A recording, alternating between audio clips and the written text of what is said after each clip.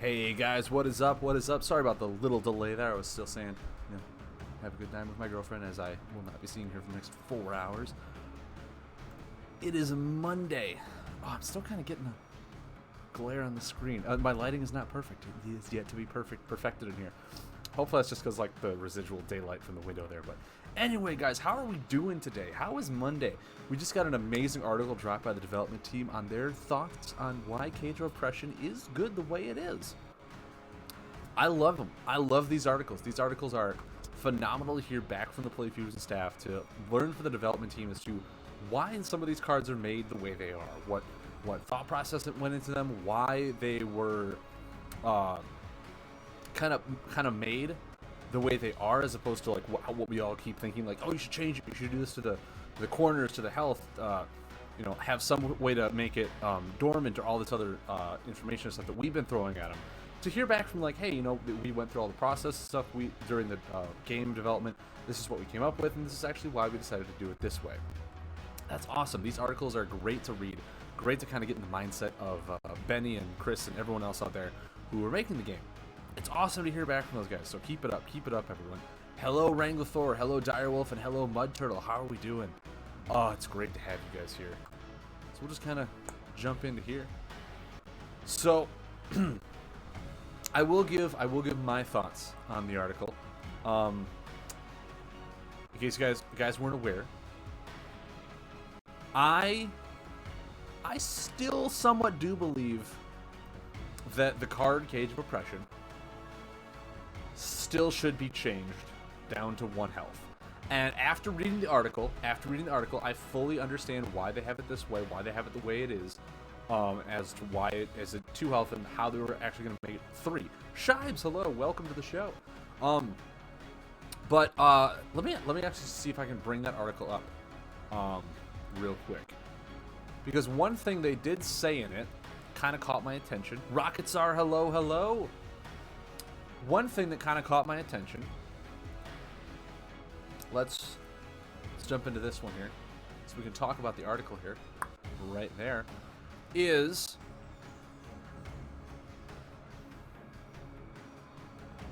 trying to think, where was it?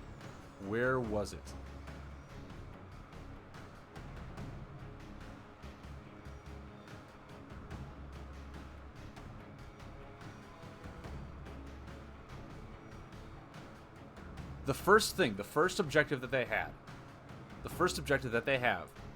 was it should be good playing it into stall decks, right?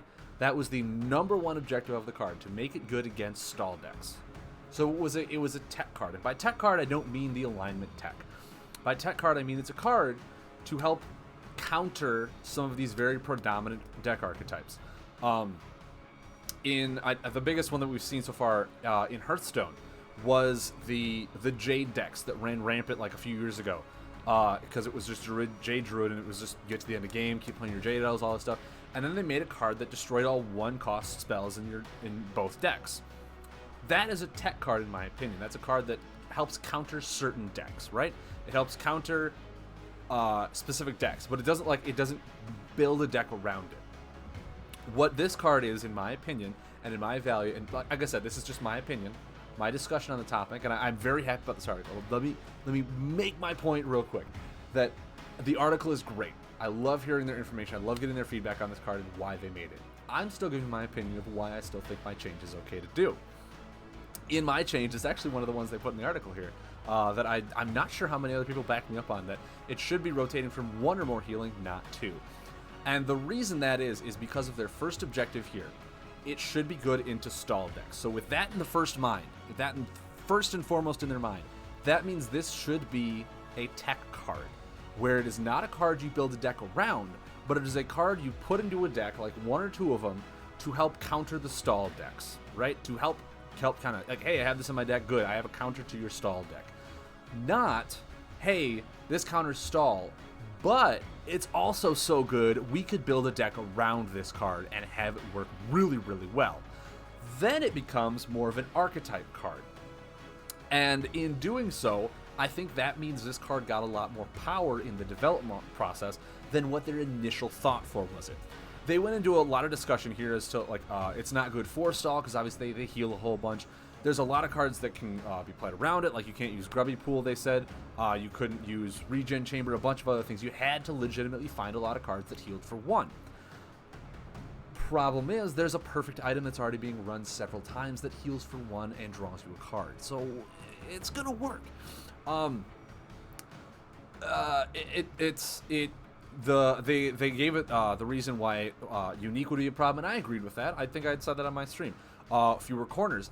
I also was a huge advocate of not doing that because I was like, no, Fountain of Time totally ruins it. Like, you can't just have 1 card counter it. Sorry, but I feel people running cages without thinking about why they should run them and put them into decks are going to lose anyway. It's not a card that you build around. No. It's not a card that you build a deck around. It's simply just a card that you put in and has several cards that support it really well. Cage isn't bad. Cage isn't bad. Like I said, I fix core first. I'm fine with that. That's fine. I'm still giving my opinion as to why I do believe that the whole rotating from 1 or more healing and not 2 is still fine for cages in my opinion. First of all, it doesn't have burn on it, so it can be brought back. There's several ways to bring this stuff back. But it's the simple fact of the matter is that in the back of my mind, this card was first and foremost meant to simply be a tech card. Kind of what Draga Hoarder was, kind of what Font of Misfortune was meant to be. Those kind of things where they're tech cards, where they fit really kind of... They're more of a sideboard card, if anything. If you go into physical play, they're a sideboard card that if you start... I'm with you and agree. Oh, thanks, Wind Turtle. That's nice to hear. But it was first and foremost meant to be a tech card. It was not meant to be a mainstream card. It was not meant to be made in every deck. It was one of those things that's like, hey, you can add this in if you're running into a lot of stall. If not, it's still going to put out maybe 4 or 5 damage before you have to heal and it rotates out, right? But now because of it and because of all the good cards that heal for 1, it is becoming more of a, I think what someone said is a not smart card, where you just put it down, and because the deck is already built around just healing for 1s, a lot of damage mitigation, a lot of stuff like that, where it doesn't feel, it feels bad to lose to, because there's nothing you could do about it, and your opponent just laid it and didn't really interact with you in a sense. Which then also comes with how this game is starting to not be interactive, and I've talked about that on hours before, so I'm not going to touch on that here. But that's just the kind of the touch I wanted, the kind of my last 2 cents after this article came out. It's a great article. I highly recommend if you guys can read it, please do. The link obviously is right up here. I'm going to go ahead and actually do this right in chat. So if you guys haven't gone to the article, please do read it. Get their understanding. It's a phenomenal read. I'm really happy these guys put that out there for us. But yeah, that's just my thought, is the simple fact that the card was designed in the beginning to simply be a tech card to help people easier beat stall. And because it was not as restrictive as it should have been, or probably could have been, it is now becoming a card that people are putting it into a lot of decks. And yes, they put down here that, like, you know, where is it? How is Cage performing? 12.5 turns per player. Cage Repression doesn't really start doing that well until later in the game, which is how it's supposed to be. It's a card that does 1 damage a turn. It's not going to win you by turn 12, because by then it'll only deal 12 damage. Like, it's not, that's understandable. It's a card that helps you win to the late game. It's a card that your opponent can't deal with almost entirely, unless they're running like Mari Bars and stuff like that. They can't rotate it. As long as you're healing for 1, there's nothing they can do about it. They can't even put damage prevention out. That's why it's doing better in the later games. And this kind of, I'm just kind of dabbling, sprinkling this into there off my early discussions, is the simple fact that games are lasting 12.5 turns. Maybe that's because buffless aggro is still a thing, and that's about how long it takes for those types of decks to win. And when you can just plow through your opponent with attack and defend cards, thus what I've said before, a very uninteractive format, because your opponent can't do anything to your attack or defend cards, Cage Repression isn't going to do well against Aggro Selene or Aggro Tempest, which are very good right now. But obviously, you know, people that play those mid-range longer games, Cage Repression is going to start doing better against them, because the longer you play, the more damage you're going to get out of this one card that your opponent can't do anything for. So that's just my 2 cents on it, as to why I still do believe, even after reading the article, even after understanding the developers' game settings and getting a full in-depth as to why they did it and how it came about to be the way it is, still my 2 cents of why I still think the card needs to be rotate whenever you heal for 1 or more. It can even have 4 corners at that point. If it's really that big, 4 corners, rotate when you heal for 1 or more. I'm personally, maybe not. We'll just go with 3, but it's still the type of thing that it's like, if this card is once again, like on average, if you can lay it, and it's getting 6+ damage in a game, this is once again counteracting I think the math on it, as to where, because your deck is built around it, because of the deck building process they went here, I think they said is where do they talk about that? I think it's actually in the last article, as to where the deck building process is the best part of the game, where people can build a deck to make these cards work, and that's awesome. I highly encourage you to make these cards work, play the cards and all that fun jazz with them. It's just one of those, like, a tech card should not be a card you build your deck around. It should be you build your deck, and the tech card gets put into those last, like, 2 or 3 spots to help counter your bad matchups. And it's not really becoming that case with this card that is meant to be a tech card. It's becoming a card that's like, hey, this is really good. Let's make this fit into the deck and not have a downside, right? It's becoming one of those cards where there's a downside, but if you can just avoid it, it's really good. And that's what would happen way back in Awakening, and they started to fix that by having the conditional increases as opposed to the avoid the drawbacks, right? They had to change Bomber because of it. They changed Crazed Alchemist because of it. They got rid of a bunch of things where it's like, you have to do this in order to get the increase or avoid it. And I think that's one of the things that this card is once again doing, is it's having a conditional drawback that if you can just avoid, the card becomes 10 times better. And I do think that running this card, like they talked about it up here, it's like, would you rather run a Tyrax Fixer or a Repair Bot? And you would run Repair Bot because you can get the 1 heals before the 5 goes off. And that's fine. That's perfectly fine. But if that's the case, then Repair Bot is now becoming that much more predominant over Tyrax Fixer because of another card. And it shouldn't be because of one card, especially a tech card. It should be because of something else, whether it's a family-oriented or something like that, or just a player choice. But yeah, I think that's really all I wanted to touch on for this one card, is that I love the article. I love hearing the inside thoughts on it. I do agree with a lot they said. It's interesting that they were going from 2 to 3 and not 1 to 2. It's good to hear that, I guess. But I still do believe that a card like this, especially the unaligned cards especially, that should be the tech cards. That should be the cards that are kind of meant for sideboarding, but you toss them in here and there to just kind of make your deck spice it up a little bit with your own flavor. That those cards need to be extremely conditional, where there is not 1 or 2 to rule them all. And right now we have several cards like that, 1 or 2 to rule them all. A lot of decks are using the Umbron Barkeeps because card draw is card draw. I should put that on a shirt, for crying out loud. Card draw is card draw, guys. There is Umbron Informant is obviously more card draw. There is obviously Blacksmith is, if you're running weapons, that's what the cliche card is. You can't really say cliche, the niche card. But then there's the Umbron Thief. The 4 damage if you're lower health, heal for 3. That card is becoming very prominent. That I do think the unaligned cards, just in my opinion, I'm not a developer. I don't understand. I don't deal with the team at all. This is just my 2 cents. As a player, I'm allowed to give them. They're allowed to shut me down. You guys are allowed to disagree or agree. I have a show. I'm gonna say it. That's what I'm here for.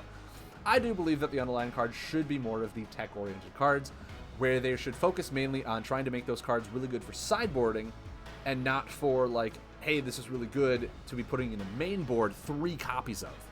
Like, if you're main boarding 3 copies of an unaligned card,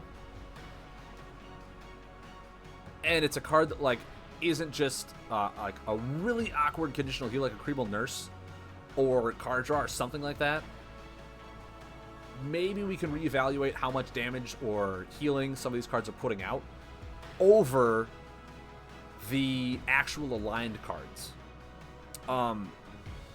Because the unaligned card, Umbron Thief, is a great example. 4 damage, conditional 3 healing. That's a 7-point swing. not even the aligned cards have that much momentum in the game. There's 4 damage, you don't put it back in your deck. 4 damage, they do something else. I think Feasting Mosquitoes is the only one that like matches the power of that. Where like those kind of things, they shouldn't be in unaligned. Those should be the kind of stuff you put in the aligned matches, so that if you do want to run, yeah, they have to splash in items to increase the value, or it makes you want to run that alignment. And that's just my 2 cents, is that unaligned should be made specifically for these tech cards or the support cards. I do not think it should be for cards that really deal a massive amount of damage that's comparable to aligned cards, or cards that you would almost really include 3 of to build a deck around. Like Cages. Cage is a deck you obviously put 3 in there because the deck just really works well with it.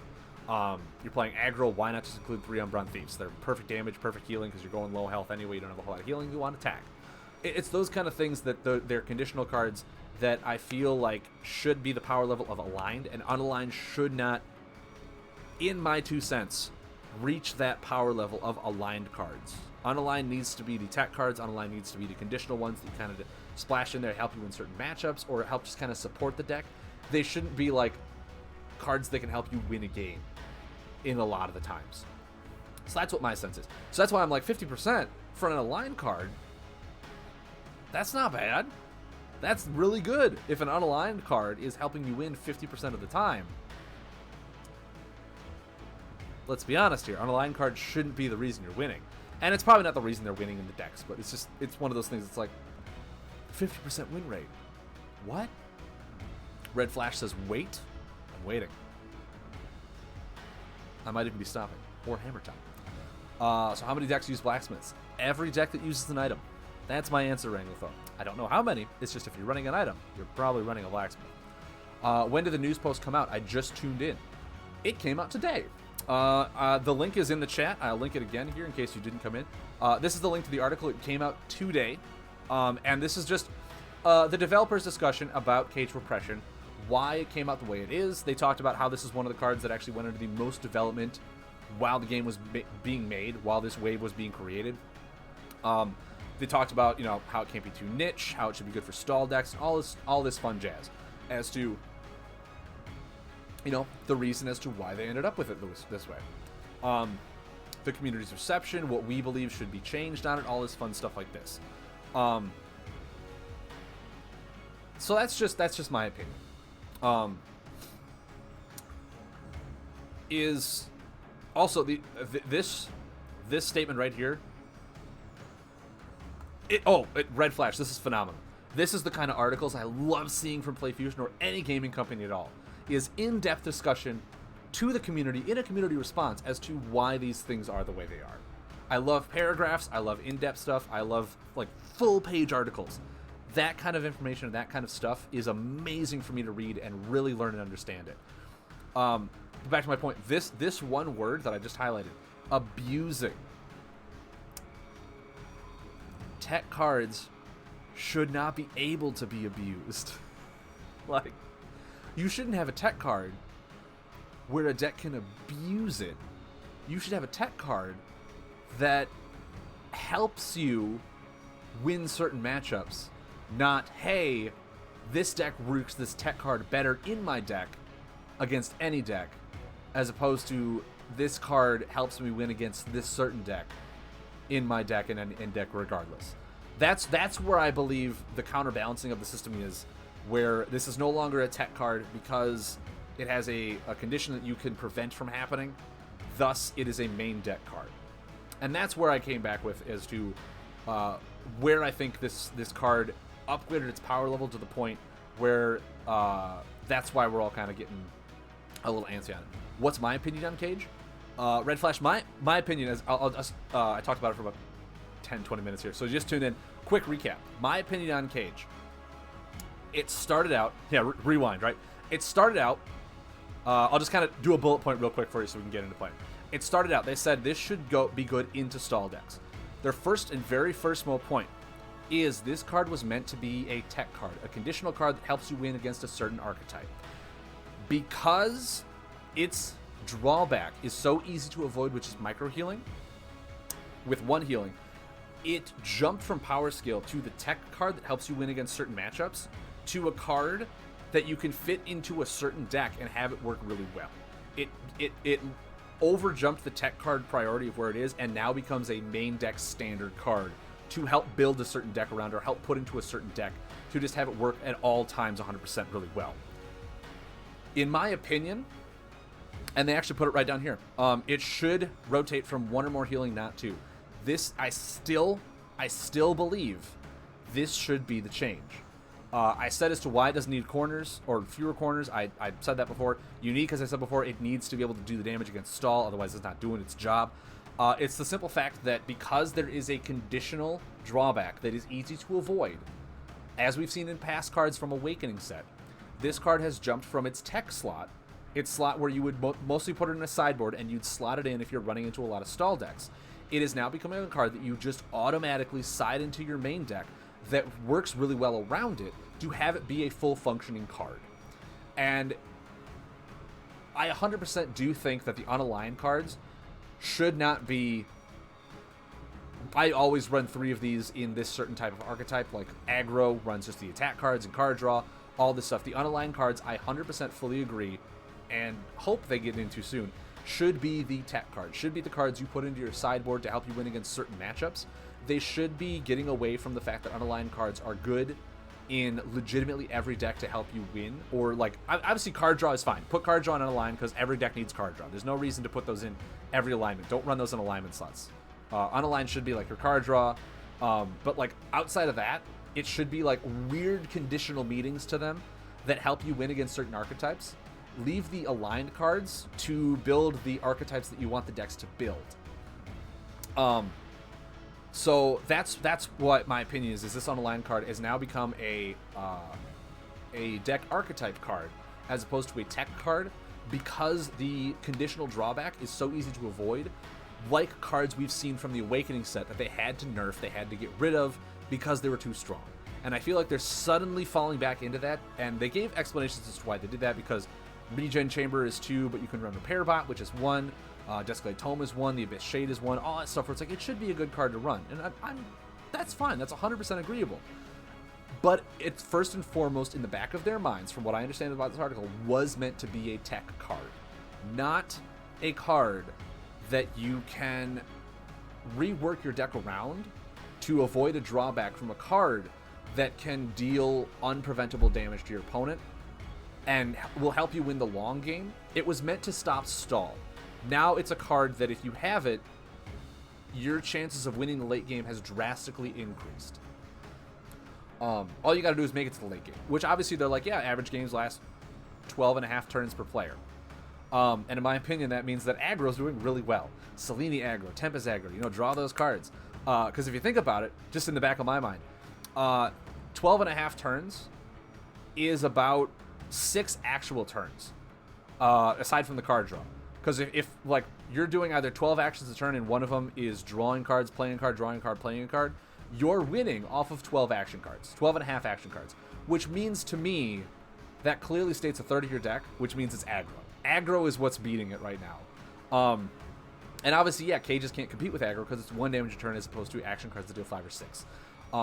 But that's my 2 cents on it. That's my real quick statement for you, Red Flash, for tuning in right now, is that it was first and foremost meant to be a tech card to help stall, and because its conditional drawback is easier to avoid and be main run in a solid kind of late game control deck, it has got that power jump that I don't think they intended it to have, but it got anyway, because healing for 1 is a lot easier to do and make it into the late game while dealing 1 damage to your opponent. I'm one of the scumbags that's been theoring a rock cage.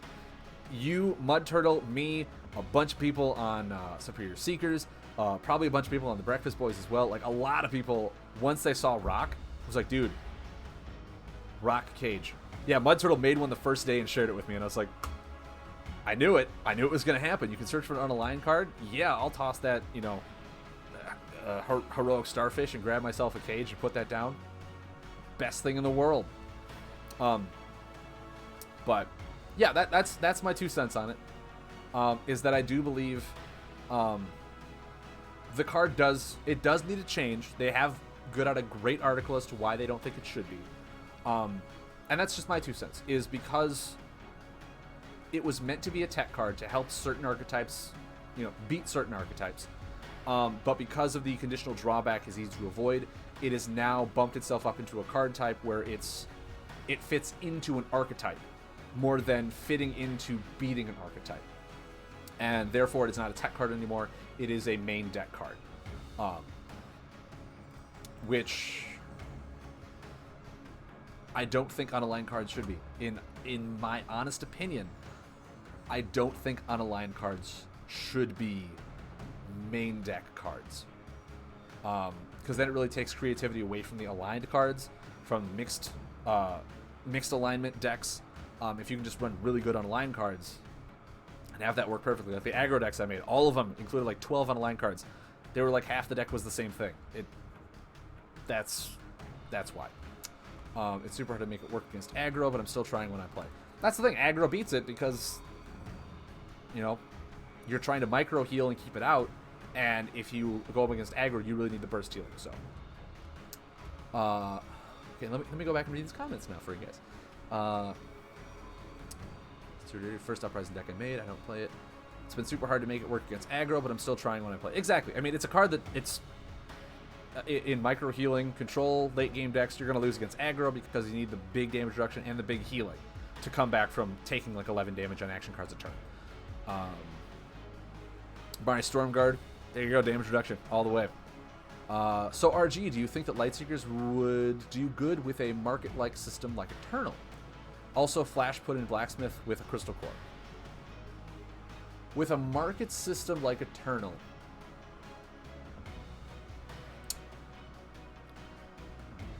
I think if they did do that, it would be getting closer to already what Eternal is. And I don't think they need to start carbon copying something that's very unique to another type of game.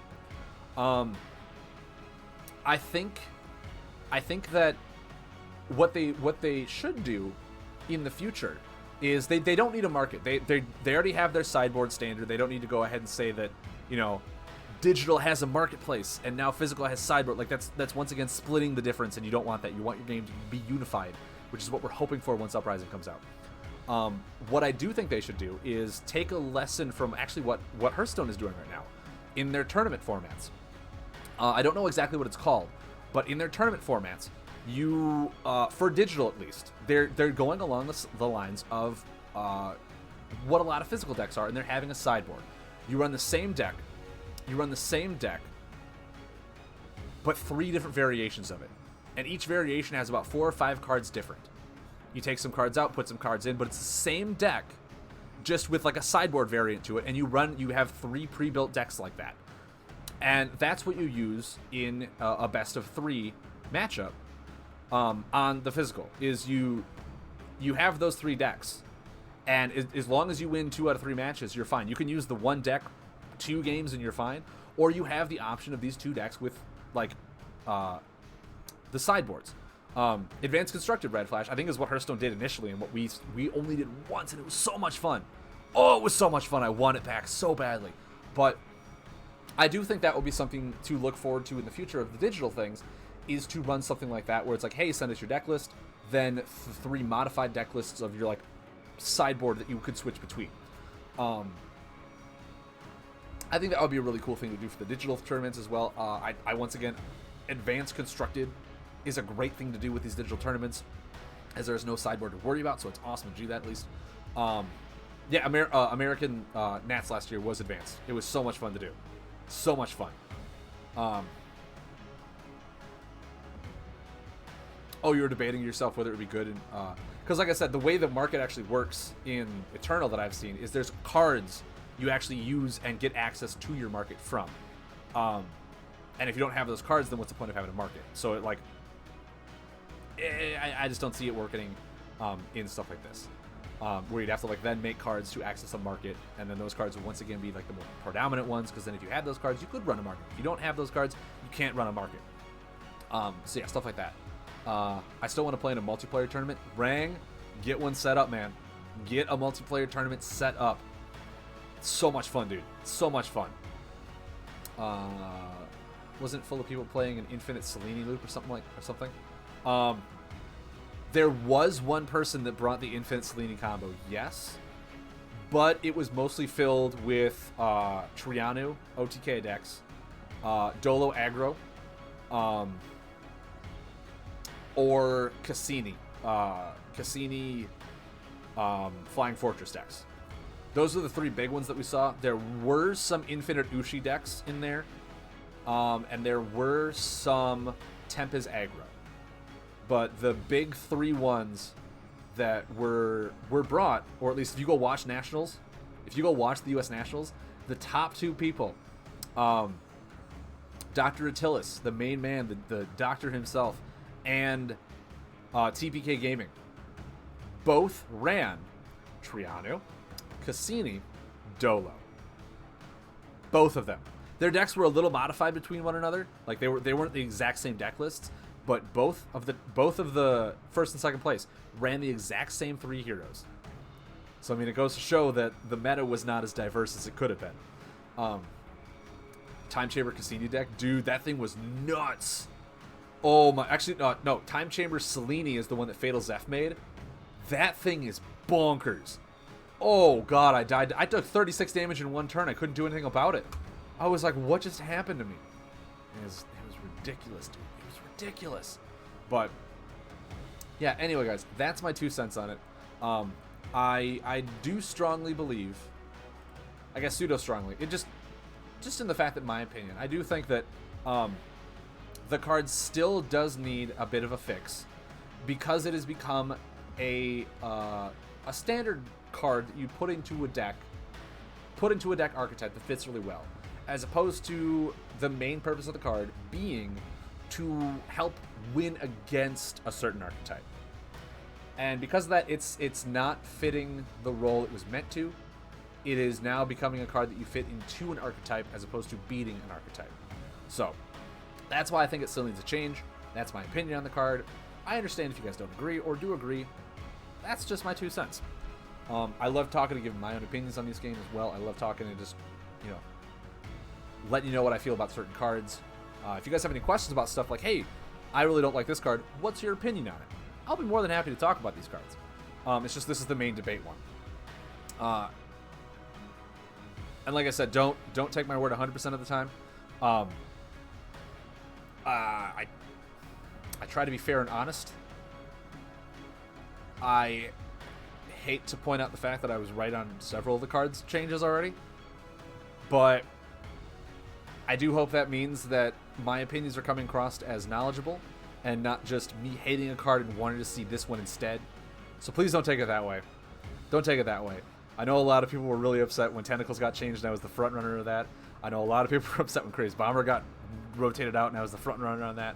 Just know that, like, I'm saying this because I love the game. Hey, Typod Nano, thank you very much for the follow, man. I appreciate it. Actually, I saw you jump into chat, but it went too fast. Awesome. Well, welcome.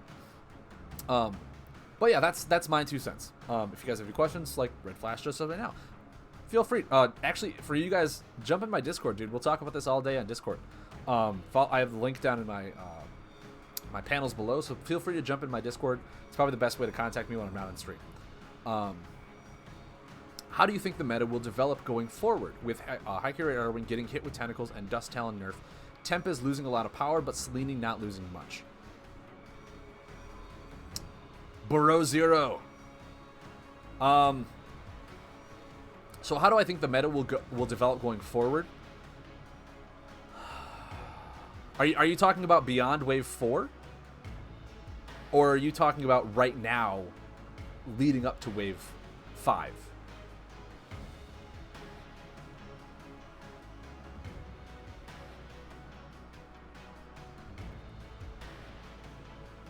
Sort of right now, leading to 5.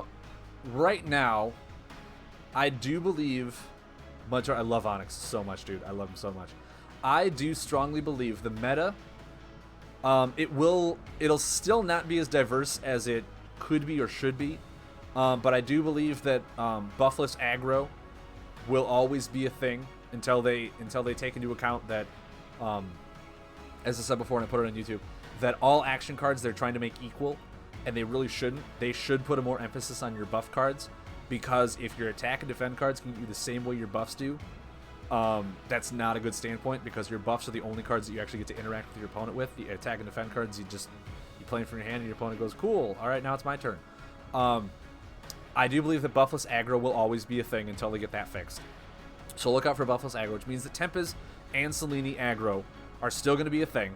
High Curator Arwen went from a control-y burst with the tentacles and all the massive damage increases to being more of a tempo control. It's still a good deck. It doesn't win the way it used to. It now slowly kills you and just kind of does its attrition thing that Dread does really well, where it's not a big burst where you have one swing turn for like 12 damage plus. It's now you can even take the Dust Talons out and put in something else. I know Dread has been evolving slightly more than that, but the Abyss package is still good. I've lost to it several times. High Curator Arwen Cage is now a thing. So it's more of like, you don't get the burst damage, but what you do get with High Curator Arwen now is obviously the ability to draw really well with the Abyss package, do the things with abilities as they do, but it's now just more of an attrition game, where you deal the damage, you slowly dwindle them down, you prevent them from healing with the new Lurking Horror, all these things like that, and you just win in a more tempo, just consistent way than a more like, hey, you're at 15, Dust Talon Assassin, 2 ability triggers in a turn and you're dead. It's still good. There will always be OTK decks. I know that people are running with the Destined Power, and they're running the tech one to just put Empowered Implant with Dust Talon Assassin. So OTK decks are still a thing, obviously, but I don't think the game changed too much. I'm busy with Yu-Gi-Oh! Nats testing and Uni stuff to be able to really develop anything. Okay, yeah. But yeah, I mean, all these changes, if you think about it, all these changes really haven't changed the meta up at all. Magrock is still the same. It took Dust Talon Assassin out, and it's now running the new Tri-Order combo to just massively put your buffs back into play and overwhelm your opponent then. It's still, doing its 2 damage, staying alive at the end of the game, and just slowly tricking you down as opposed to getting 20 plus damage in one turn with the Assassins. There's still a lot of Astral OTK, still a lot of Astral Aggro with the same heroes, same deck builds, just a few tweaks here and there. But yeah, the nerfs, the changes, they didn't destroy any decks at all. They didn't nerf the game to the point where the meta completely changed and did a 180 on itself. The meta still stayed, in my opinion, pretty much the same. It's just like they took away a lot of the big spike potential from some of these decks, and in doing so, they just go, okay, well, I'll just win in 2 or 3 more turns from just damage over time to yourself. Take Serpent's Fang and Vile Breath Creeble, flash into Onyx, and just enjoy your life playing. Dude, it's so good. It's so much fun. But yeah, and I also don't believe that right now the player base has grown to the point where we will see much of a diverse meta. Because with not a whole lot of players, there's not a whole lot of people testing out new decks. I'm still consistently seeing people in Discord say they're running in casual because they don't want to play in ranked, and they're running into the Broken Legacy cards in casual, and I'm like, there's none of those in ranked. Just jump into ranked. Play your deck in ranked if you don't want to play against this stuff. But they're the casual players. They want to test things out, and they don't want to feel bad for losing, downgrading points, and that's fine. That's completely fine. But because of the player base is not there yet, the ranked ladder will not be as diverse as a lot of other games because people are not experimenting in ranked as much with some other concepts. We don't have all of the amazing deck builders sharing their deck lists with everybody. I know people on the only way we really get deck lists is from the physical format, and the physical format is not the same format as the digital format, so there's not a whole lot of deck lists for the digital format right now. People are still trying to scrounge those up, and I do applaud people for posting them on the Facebook group. That's awesome of you guys. Way to share with the community like that. But I do not think that right now the player base is huge enough to really make a sporadic meta where people are jumping onto ranked. They're playing a few games. They're finding out what decks they're losing to a lot, and they're trying to carbon copy build those decks the best they can, and then they're playing those decks.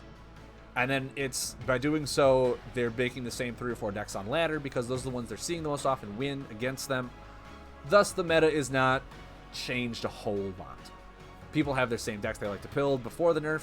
After the nerf, they just tweaked it to keep it the same because they like playing that deck. So, part of Lightseekers I hate is that I want to test a casual deck. I can't go into casual due to Legacy being legal there.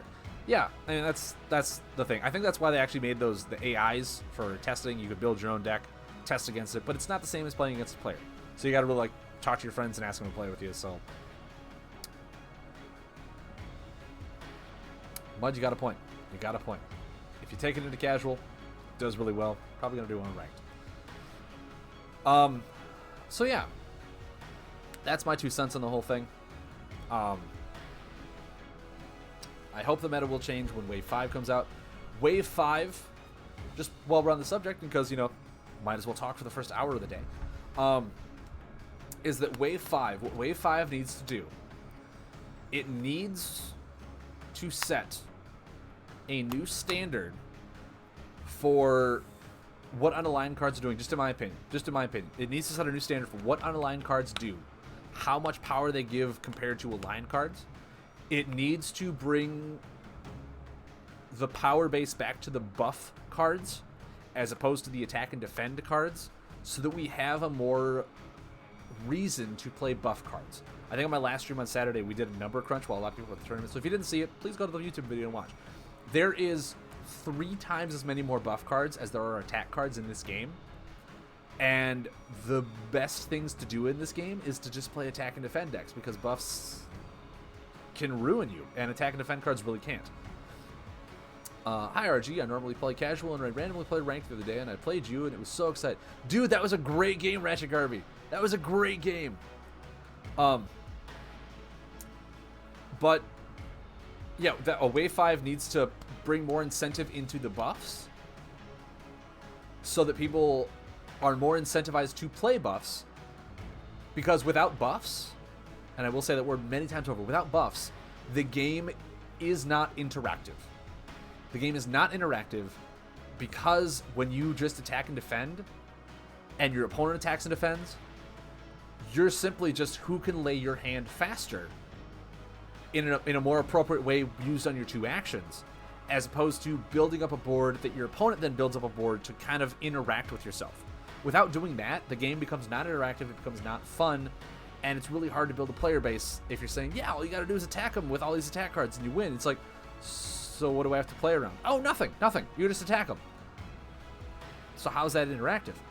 You win. So, they in my opinion, they really need to put more incentive on the buffs. They really do. And they gave the whole discussion about how every action card should be about 2.5 on average.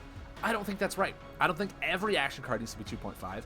I think the buffs should be around 3 to 3.5. And the attack and defend cards, maybe just attack cards, need to be around 1.5 to 2. Buff cards should be stronger than attack cards, because that should incentivize you to play the buffs. Because they're interactive, because they can be removed, that's why to do it. That's my opinion. That was me and Dark Catcher's match on Saturdays.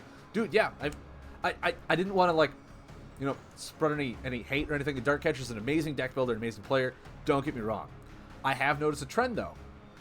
If you go back and look at a lot of his decks, a huge majority of them are buffless aggro, or the only buffs in there are just draw cards, or if he's playing Storm, Thunder Slugs. There's not a whole lot of buffs in there, because right now, if you lay buffs and your opponent removes it, that's a downside. If you just run attack and defend cards, your opponent can't interact with them. Therefore, there's no downside. It's hard to innovate an aggro deck. I made 4 of them, and half of each deck was the same cards. So yeah, it's really hard to be innovative on it, and thus makes the meta stale. But yeah, Wave 5 needs to bring more incentive to the buffs.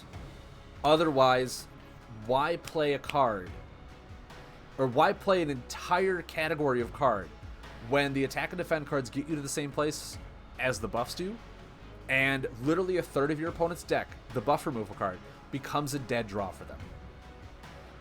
Do I think buffs should be stronger? Yes. I think buffs should be stronger, and or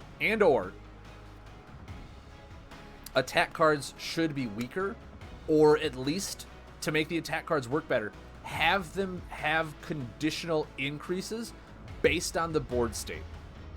Have it be conditional based on the board state, because if you do not interact with a board state, if you do not have anything that interacts with the board state, then the game is not interactive.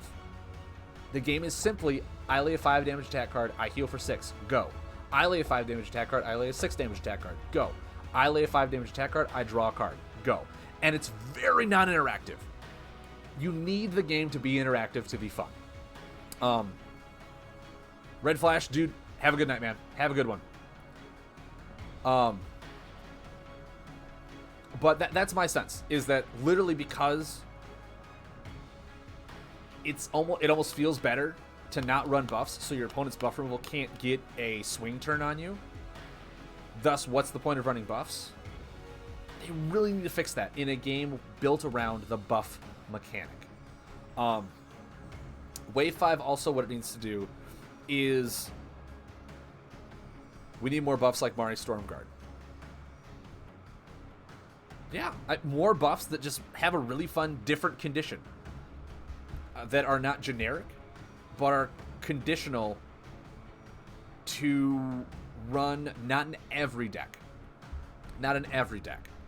And the third thing they need to do is really help push some of these deck archetypes that they've been trying to build in Kindred and Uprising to the next level, where they are finally getting the cards that are better to run over the generic 5 damage cards or the generic 6 healing cards. They're good, but because they're so good and there's no condition, they're just flat out good, there's no reason not to run them.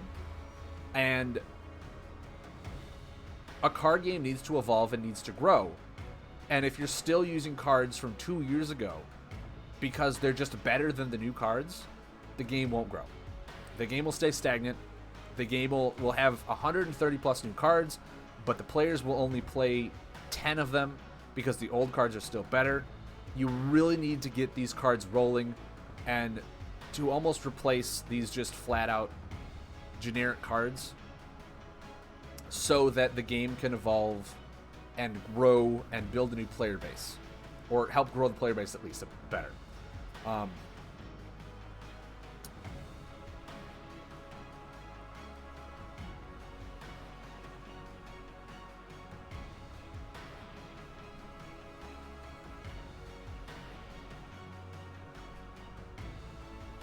Here's the counter argument then.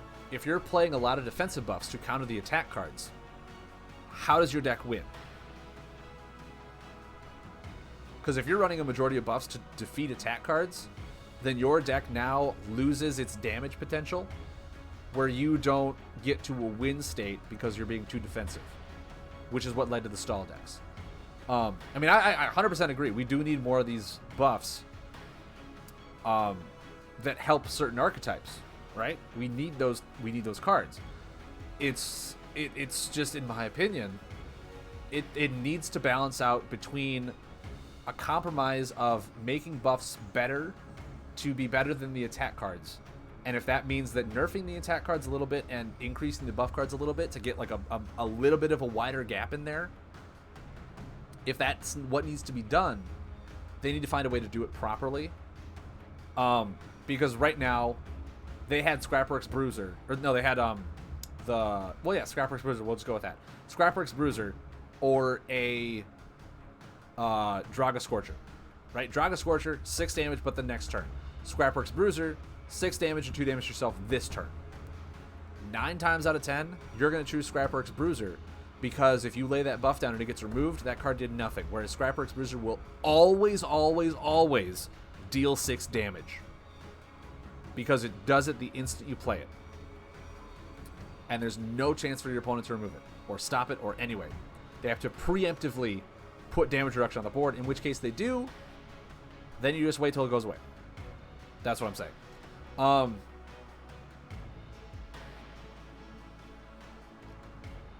I would say a well thought out heavy buff deck beats an aggro deck right now in standard.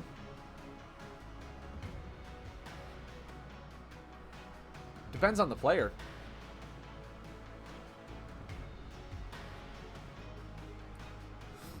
It really depends on the player, I think. It requires to. It really does. Well, it's because that's the thing about buffs. That's the amazing things about buffs is you have to time your board properly to do this thing. Whereas attack cards, you just lay them. You just lay them. That's it. There's no timing involved. No nothing. You just lay them. Which then, once again, becomes the whole non-interactivity that I've been saying. So you do think the Mari Stormguard should have been an unaligned card so that all orders can use it? Or would it have been too strong? That is, once again, a card that does not belong in unaligned. That is not a card that belongs in unaligned. In my opinion, unaligned cards. We'll just do this real quick. Unaligned cards. The cards that I think are good for unaligned. Battering Ram. Battering Ram is a good one. Because it's based on your opponent's hand size. So it's 100% reliant on your opponent. It does nothing for you unless your opponent is playing something specific. Battleborn Oppressor is a great unaligned card.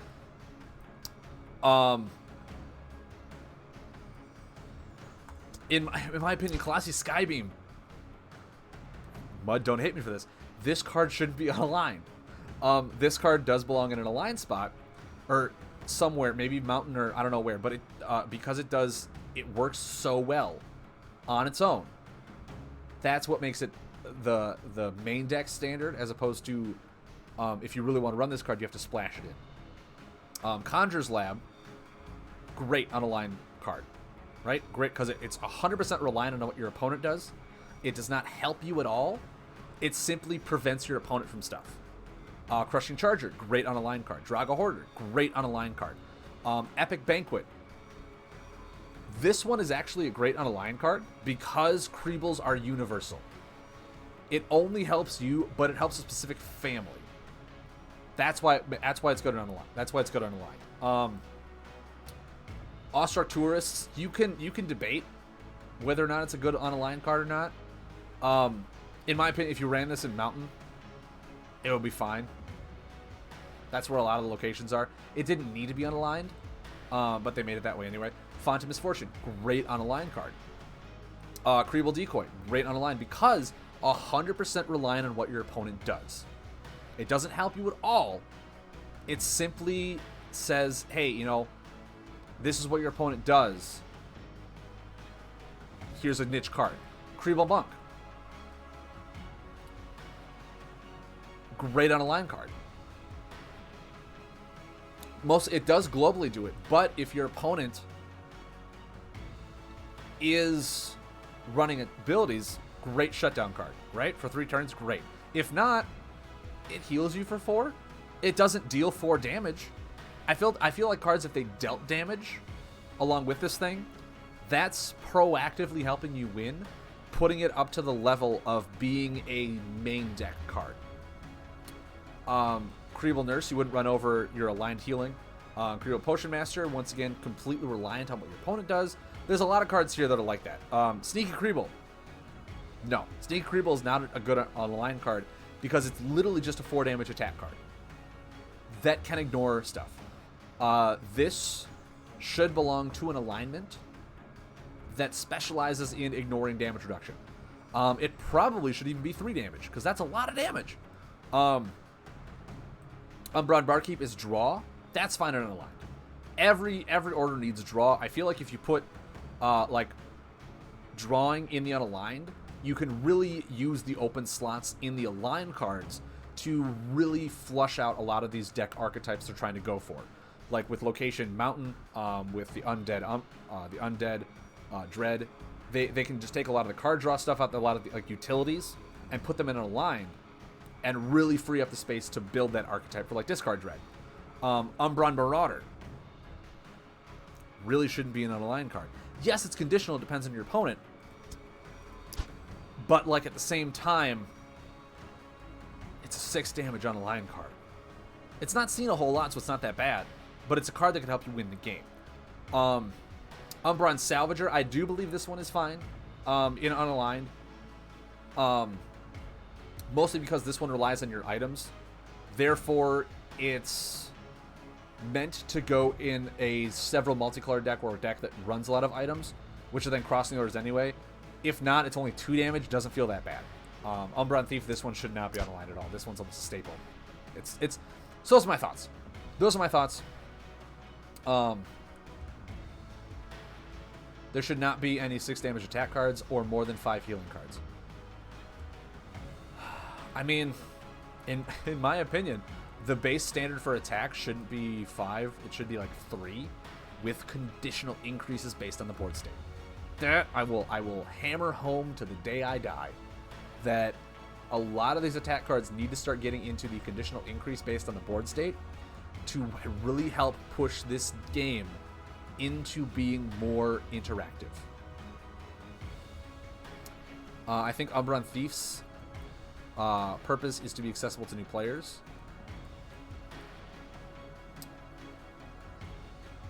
It was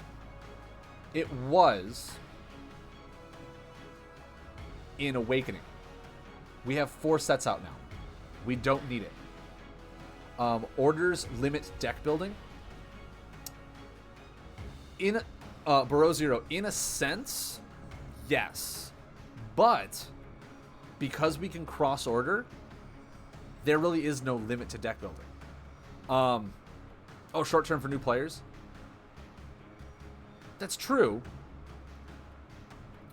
But if you had a card that was 4 damage and almost always 3 healing, that's unaligned, new players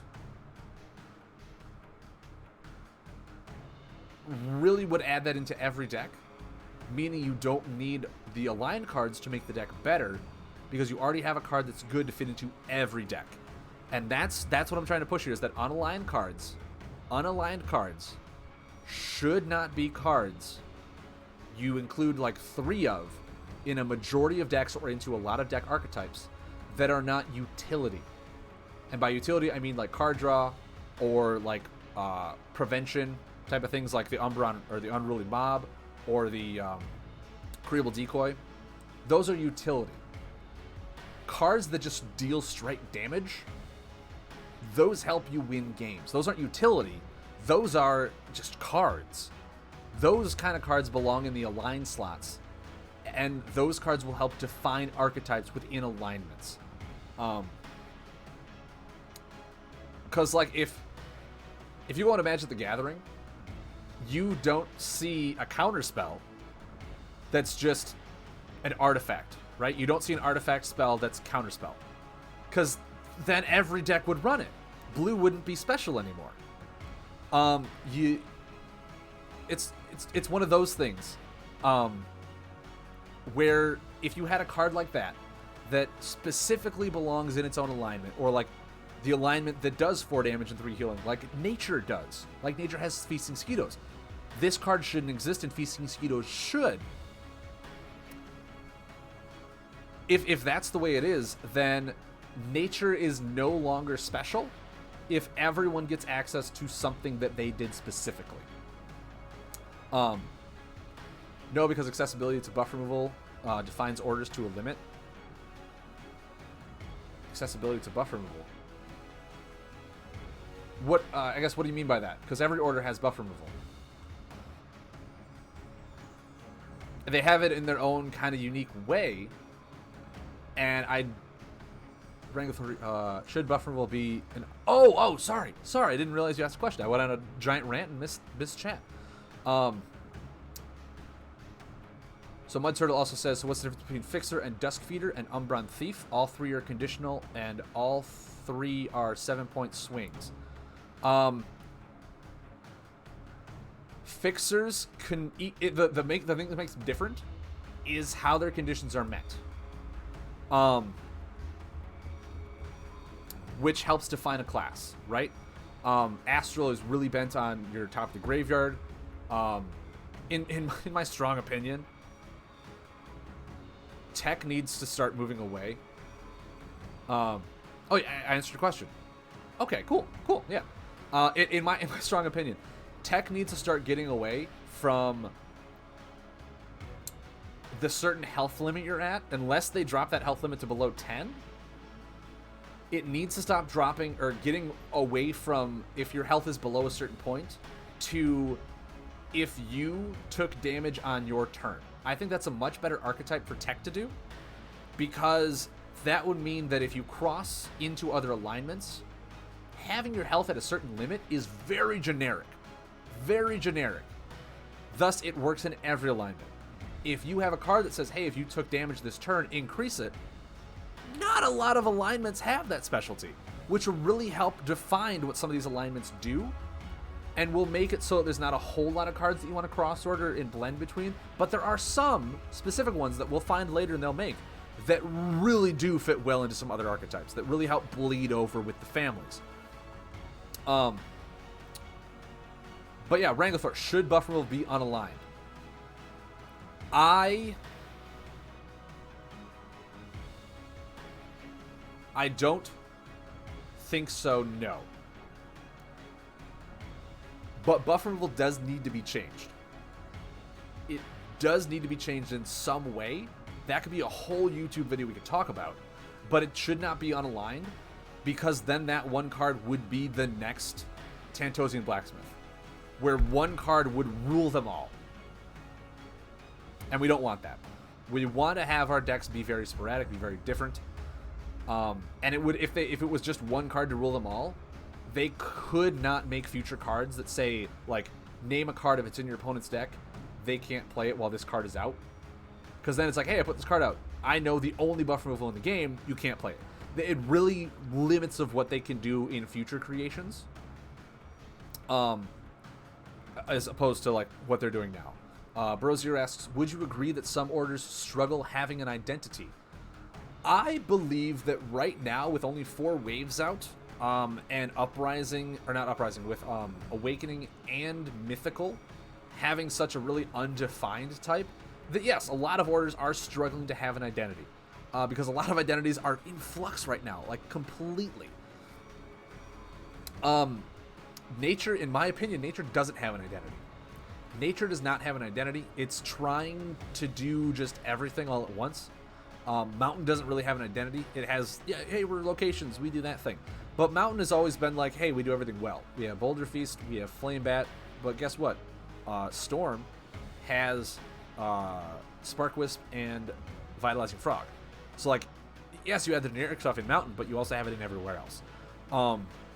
That Mountain is feeling like the jack of all trades, to quote a card that's in the game for Mountain.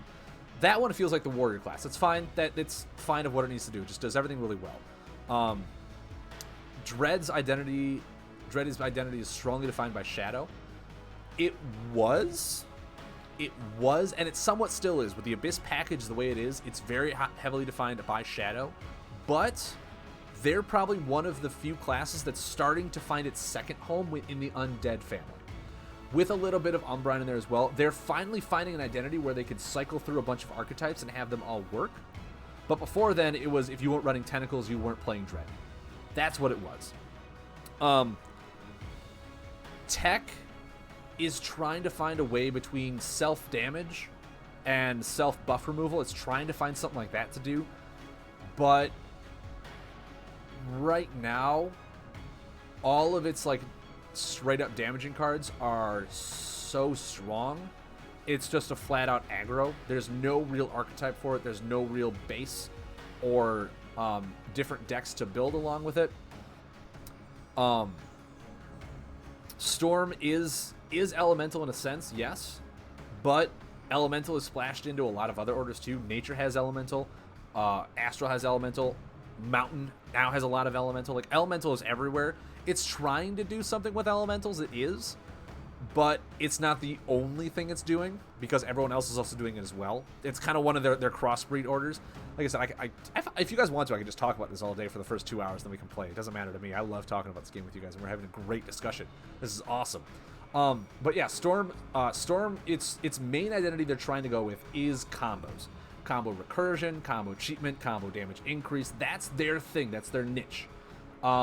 Their one thing that they're trying to blend into the other orders is the elementals. That's the one thing they're trying to blend back and forth. Hey, Snared92, or Snared D, Snared92. Thank you very much for the follow, man. I appreciate it.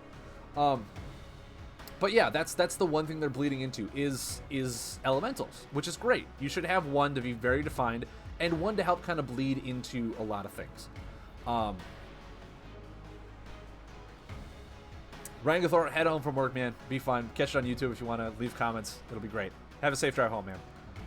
The question is, do we want each order to have an identity, or do we want them to have multiple play styles?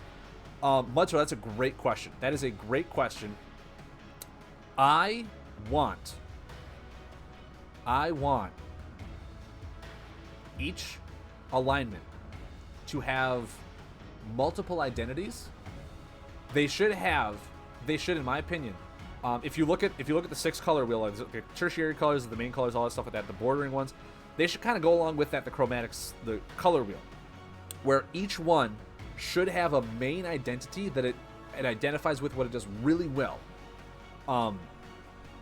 Storm is its combos, right? Storm is its combos. Tech is falling really nicely into self-damage. I guess Mountain is the jack of all trades. I don't know what Mountain does really well, unfortunately. But like those ones, they're alignment defining things. That's what their identity should be. Their archetype is an entirely different thing. Their archetype should be something that bleeds over into a few of the other alignments so that cross-ordering can be done, but you can still do it really strongly in its own alignment. Dread is ability. Dread has the main package for using abilities. I guess in a sense, Burrow Zero, you could say that Dread's identity is abilities.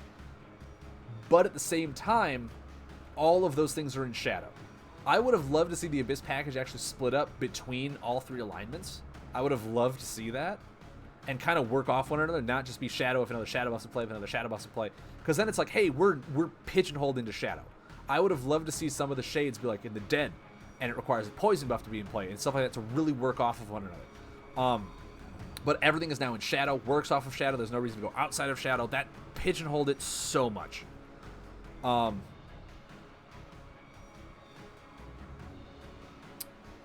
Dread, I'd throw... Yeah, Dread, just usability. An identity for an order doesn't have to define the playstyle. Tech can do damage to itself through either attack or buff cards, so if Tech's identity is self-damage, then it can do it either way. Exactly. Oh, okay, gotcha, my turn. Yeah. So, yeah. I guess... We'll just have a good discussion about this. We'll keep this open in case you want to look at some cards about it too. But yeah, Astral's identity is in a sense, I'll like kind of give it titles. Precognition. That's what Astral's identity is it's knowing the top card of your deck or knowing the top card of your discard pile. No other alignment does that. That's what Astral's identity is. Their archetype for it, they have beasts, they have elementals, they have, I think, a bunch of Chimchu, and they have some Creebles and whatnot. Obviously, beasts and elementals bleed into other alignments. Chimchu is their main family, starting to bleed into other alignments as well. But really, their identity is knowing the top card of the discard pile, the top card of their deck. That's their identity. Dread is obviously abilities. They have a lot of things that do with abilities. But abilities also kind of bleed over into a lot of other places too, and especially with items with abilities, Dread now longer really doesn't have an identity other than, hey, a lot of these cards work with abilities. But that just means if you're running an item with an ability, you can splash Dread in and have them work everywhere. Another thing that Dread is probably doing or messing around with the most is Burn. As Mudzor just said, the new Machia is really fun to mess with. Dread probably has the most Burn, which means it also has the most graveyard recursion. That's another thing that Dread does really well, is bring things back from the discard pile. So that's actually probably what Dread's real identity is graveyard recursion, and it helps counterbalance that with a lot of the cards having Burn within Dread alone. So that's probably the best opinion that I can give on Dread, is their identity is graveyard recursion. If we go into Mountain is, once again, the jack of all trades. Doesn't really have an identity other than, like, this is the barbarian of Diablo, this is the warrior in World of Warcraft. Like, it's the classic, I want to do everything decently, I'll choose Mountain. And it has locations, it has families that bleed over into everything else. But it's just a solid alignment. I don't think it has an identity, and if someone could help me find the identity for Mountain, that'd be great. I would love to see what it is.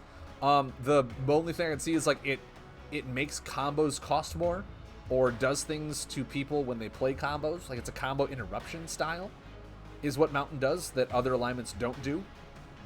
I guess that could be its like sole identity. Nature's identity as a whole.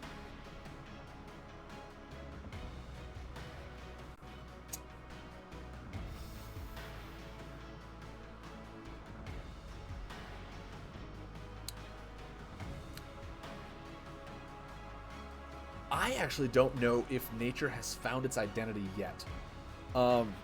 Hey, Ross, how we doing? But what nature does, like what it does in comparison to other things, is it depends on your opponent's board state and it depends on your opponent's hand.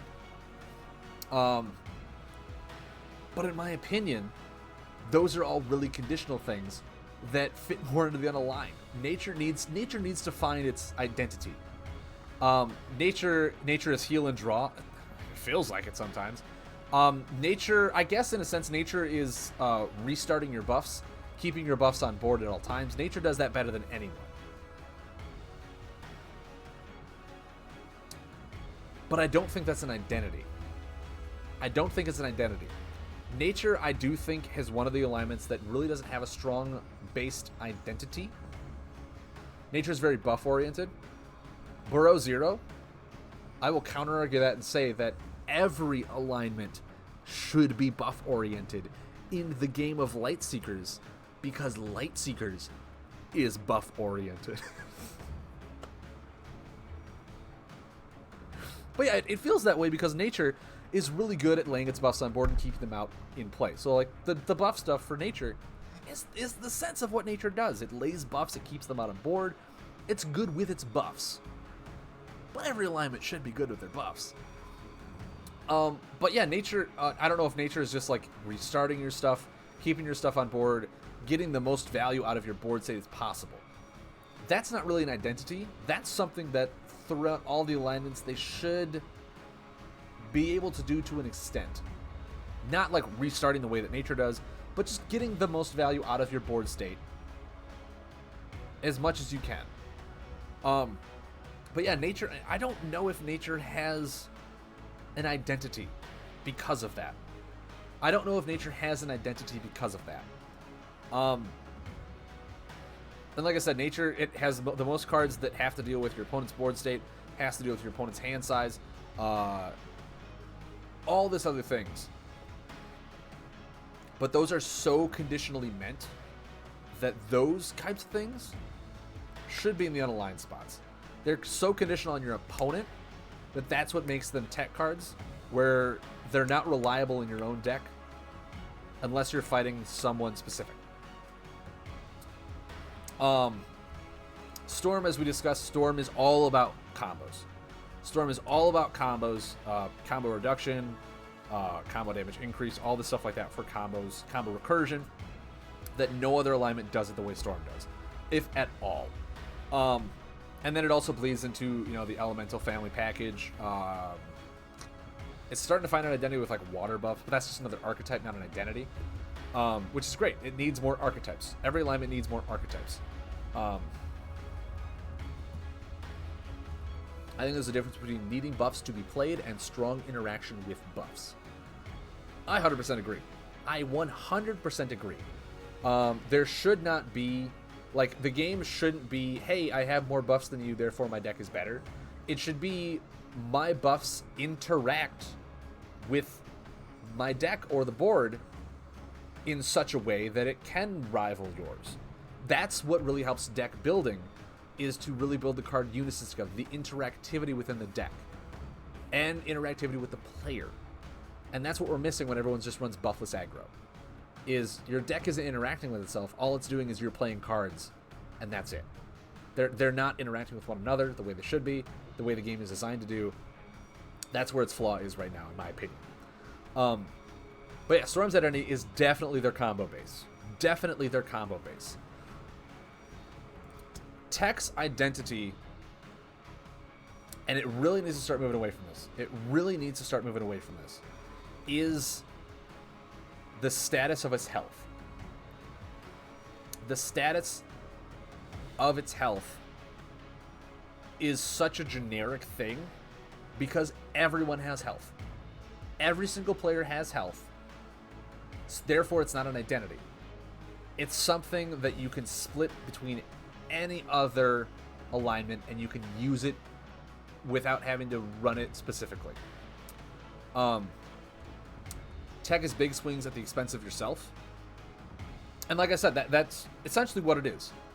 And because its resource and its identity is the player's health, it's not an identity. Because every player has a health pool, therefore every player has a resource that they can tap into for tech. I think that tech needs to start focusing more on snare, no problem. Tech, in my opinion, needs to start staying away from using its health as a resource, because every single alignment and every single player has health. Every single player has access to that resource. Therefore, it's not really an identity, because you can splash tech into every order and use it just fine because you have the resource that tech has. No matter what you're running, whether you're just running the explosive or the tech or whatever, you're not commingling it. Tech needs to move away from its health as a resource or its health at a certain limit, and need to start going into its own like buff removal, its own buff returning to do stuff like Scrapwork Scanner, the Demolition Bot, all those things. Own self buff removal to do things, I think, is great for tech. Because tech's buffs are self-harming. Right? They're self-harming. They're a drawback, but tech in its sense, if it can remove its own buffs, it can negate the self-harming that not a lot of other orders can do. Not a whole lot of other orders can remove their own buffs. And I think that's a great way for tech to start advancing and building its own identity, is self-buff removal. Right? Self-buff removal is great. It's kind of what Dread is trying to do with the discard archetype. Where obviously not a lot of people have discards, but they're trying to commingle it in a lot of things. It's an archetype. I think that buff removal could be an archetype. Buff return could be an archetype. Self-buff interactions could be a great archetype for tech. And they can commingle that within all three of them and have them work well with one another. Like, you could still run the buffs, have really good buffs, but then cards like Scrapwork Scanner, if you return an explosive or time buff, it does something. Where, like, if you would splice those into, like, water, and you return a buff with water, but it's not a specific thing, all you did was return the buff. You didn't get the benefit that you would in tech. That's great. That's a great archetype to start going with in tech. Whereas opposed to Scrapwork's Bruiser, 6 damage, 2 damage yourself. Cool, I have an awesome attack card that does damage to myself, and tech right now does really well at low health. But guess what? Every alignment has a health pool to use and heal from. Therefore, it just becomes a universal drawback, and it's not an identity. It's not an identity. I don't necessarily think that self-buff removal should be its identity. I think it should be an archetype where it works really well within tech. And it can bleed over into some other places, like the generic, remove one of your own buffs to deal 5 damage, whatever, like that kind of things. And have some of the really niche cards be, if you return a certain alignment, it has an added benefit to it. That could be a really cool archetype to lead forward into. But I do think it needs to stay away from its identity of being at a low health pool, because every alignment, just playing against an opponent, is really easy to get yourself down to a low health pool. And a lot of other alignments have almost better healing than tech, so they can universally use it and still use it just as well in tech as in like Storm or Mountain. So I don't think that's a great identity for tech to have. I think that tech needs to, I don't know what it actually needs to do, whether it needs to do like Well, I guess Astral's doing the whole, like, a bunch of additional actions. I'm looking at some of these combos, like, yeah, a bunch of additional actions, do something like that. Tech.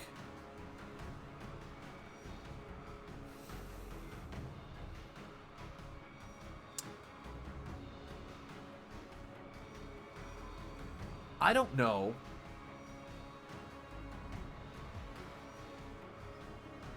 Do I think deck building in this game needs to be harder to splash colors in general? By harder, do you mean like not just include the weapon you want and 3 Tantosian blacksmiths and then whatever other color you want? Like, do you mean more difficult than that? Or are you meaning like to splash a color to have it work properly?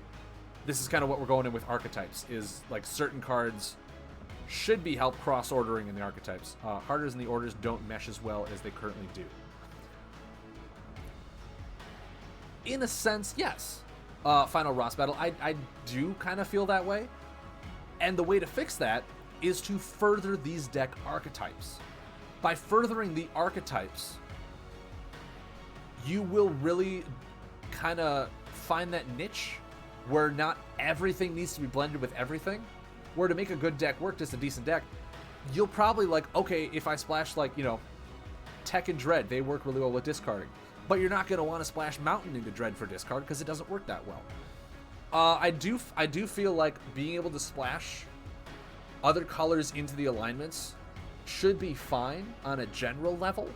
But if you're trying to make an archetype or a core thing work really well, it shouldn't just be like, okay, if I just need this to work well, I just need good healing. So I'll bring in the healing from Mountain or the healing from Tech. I just need a really good spike healing. Those kind of things I think we need to start leaning away from in game development as we go into the future, and start leaning more towards, if we're cross-ordering, we want to cross-order for a reason, for like a more specific reason than just, hey, I'm running Earth so I could run the Mountain Fort and the Boulder Feast, because I just need healing and prevention. And the one alignment I'm in doesn't have it. Like Tome and Core. Yeah, but the thing is, people don't run Tome and Core for Crystal and or for Crystal and Forest. They run Tome and Core for Tome and Core. I feel like when you splash colors, you make a deck weaker. In a sense, it should be, because you're looking for that item to activate a portion of your deck. But a lot of times right now, people are running those cross-order items for the item's ability. I don't think items should have a generic ability. I don't think they do. I do not think they should. Like Tome and Crystal Core, very generic abilities. I think we need to step away from those. I think items should represent the core of what that one element is doing in the alignment, and should help those alignment cards. A great one is the Shadow card, the Tome. Discard an undead card to deal 5 damage.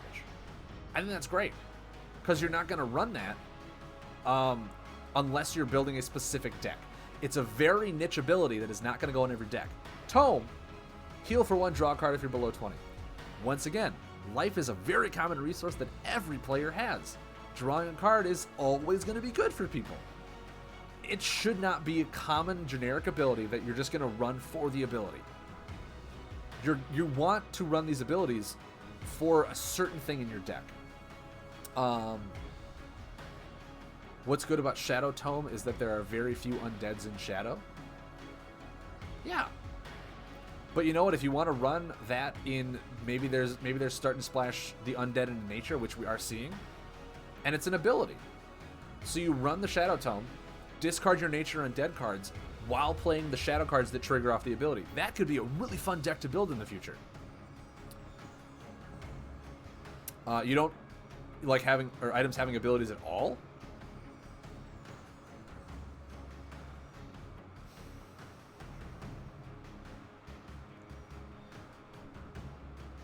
In a sense, not all of them should. Not all of them should. Some of them should just kind of be passive, in a sense, that have conditional activators to the passiveness. But not every item should have an ability, because the abilities should be very ungeneric. I love a good beer. Shame I don't have any. True, Archon, there's always time. It's 5 o'clock somewhere, man. So it's better if you have Soul, Poison, or Dread in the deck. Yeah, exactly. Man, we got so many topics to talk about today. We're just probably just gonna talk all day and not even play the game. It's great. But yeah, okay, so we went through what the identities are for this. Tech, I think Tech's identity needs to change in a big way. Its archetype should be self-buff removal, and that's great. 1:30 a.m., how you doing? Dude, I did not know that.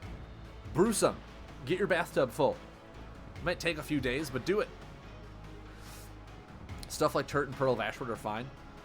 Turret, in my opinion, once again, life is a common resource. Yes, it's triggered by everyone, but if you're going to have it, Turret should probably be lower than 15.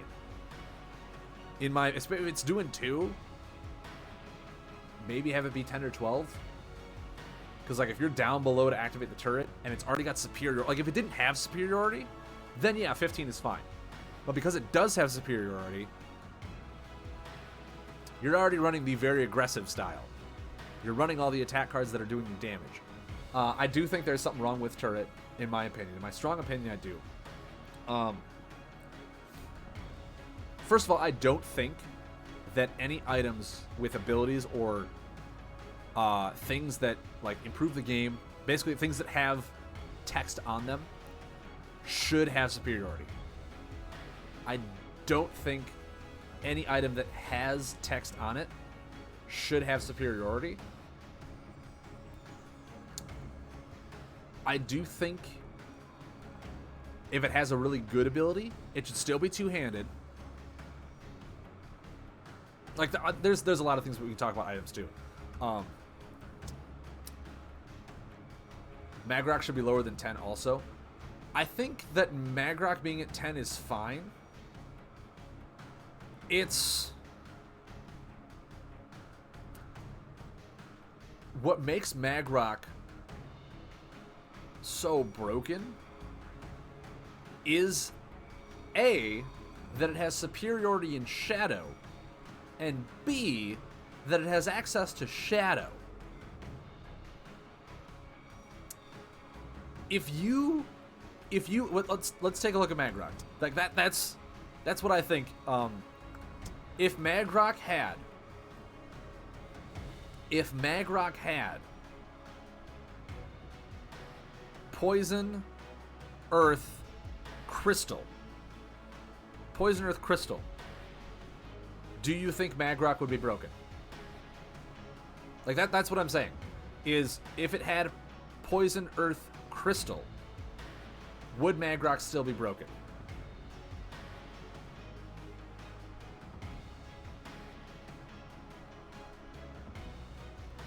And my answer is no.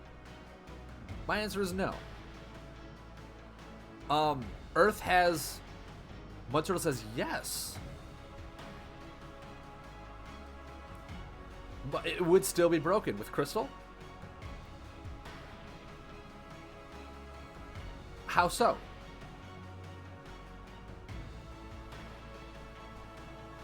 Magrock can even splash core. It does splash core, and it runs Crystal Leeches in its sideboard. For classic, for physical tournaments, it does do that. Yeah. It's nuts.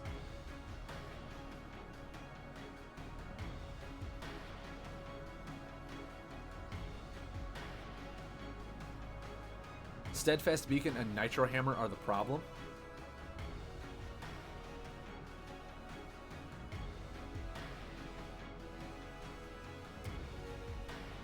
I wouldn't necessarily say they're a problem.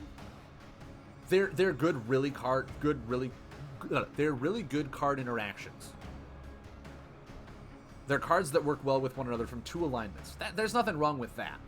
There's nothing wrong with that.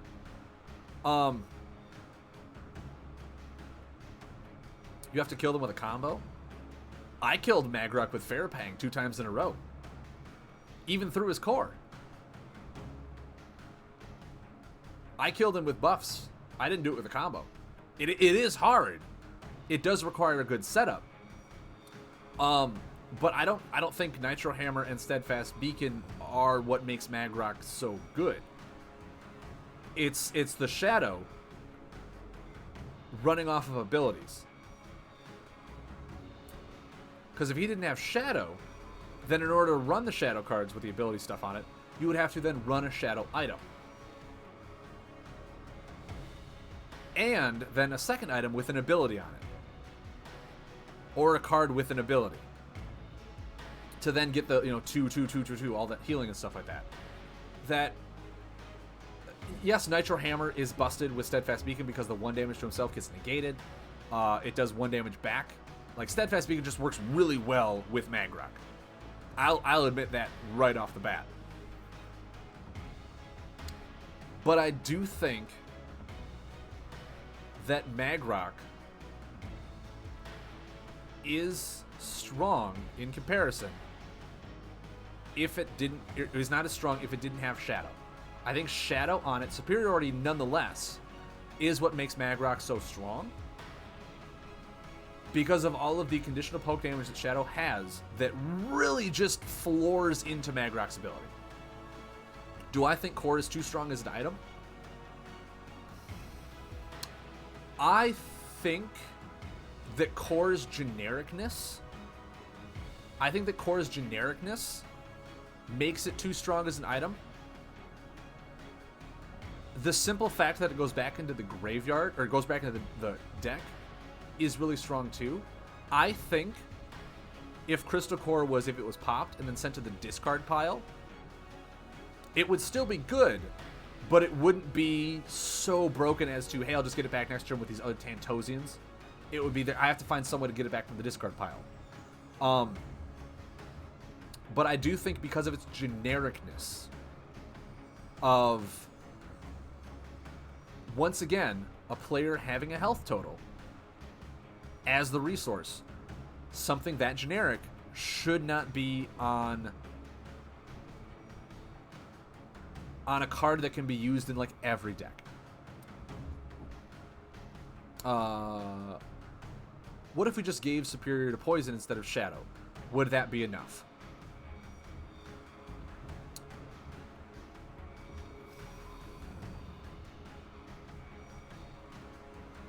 In all honesty, I don't think so. I don't think that would be enough.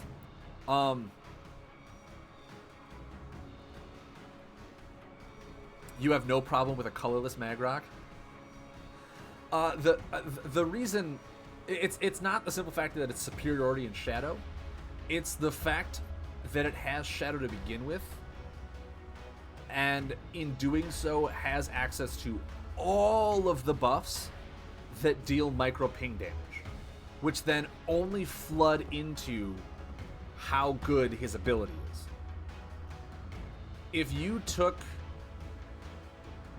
Shadow off and put in Crystal, there are still some Crystal cards in there that deal ping damage. Poison has a lot of buffs that just deal like 1 damage, 2 damage, 2 damage, but they're all cards that you have to lay down and then get benefit as they rotate, as opposed to Shadows where you lay them down and then they just stay there until you then activate them from one of your several items you run in the deck. Where it's something under your complete control, as opposed to a buff that once you lay it down, it's out of your control, it's going to do its own thing. What do you think of Cage bypasses? What do you think of Cage bypassing Crystal Core? I think it's awesome. I think it's great. I think it's great to do. But mind that it's something you can include without giving anything away. It's like being unaligned, but better and harder to remove. Yeah. Shadow isn't the problem. I can kill it easily with a couple attacks.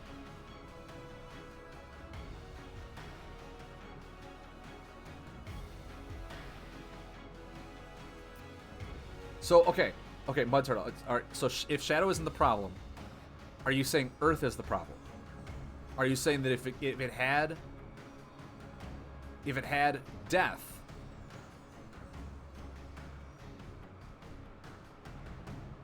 if it had death,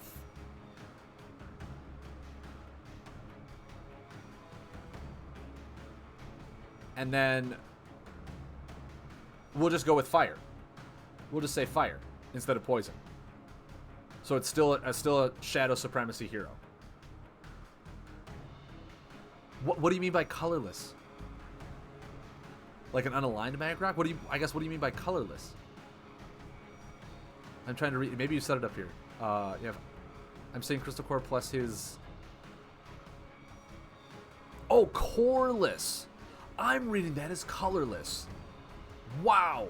Okay. Coreless. Gotcha. I'm like, what does he mean by colorless? Like an unaligned Magrock? I don't understand how that works. Coreless Magrock. You have no problem with coreless Magrock. Okay. So yeah, Crystal Core.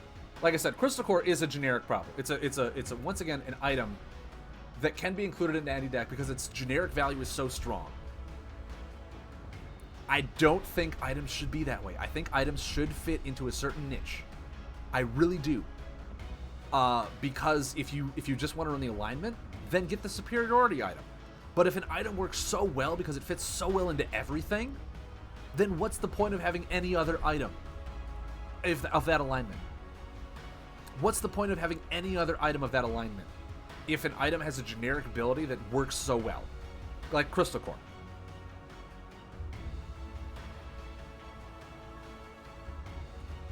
If Core stays around, reduce its healing to below 6. Okay, I have another question for you, bud. If Core stuck around, but Magrock's ability only triggered on his turn, would it be a problem?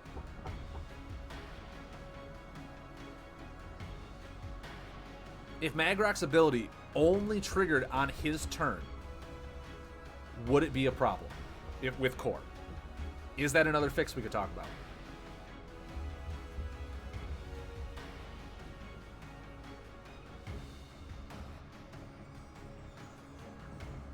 Therefore, Steadfast Beacon would only prevent 1 damage, but it wouldn't also heal him for 2. It would just prevent 1 damage.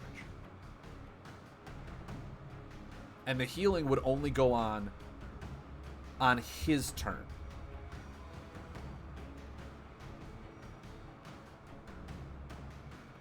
You still wouldn't like it?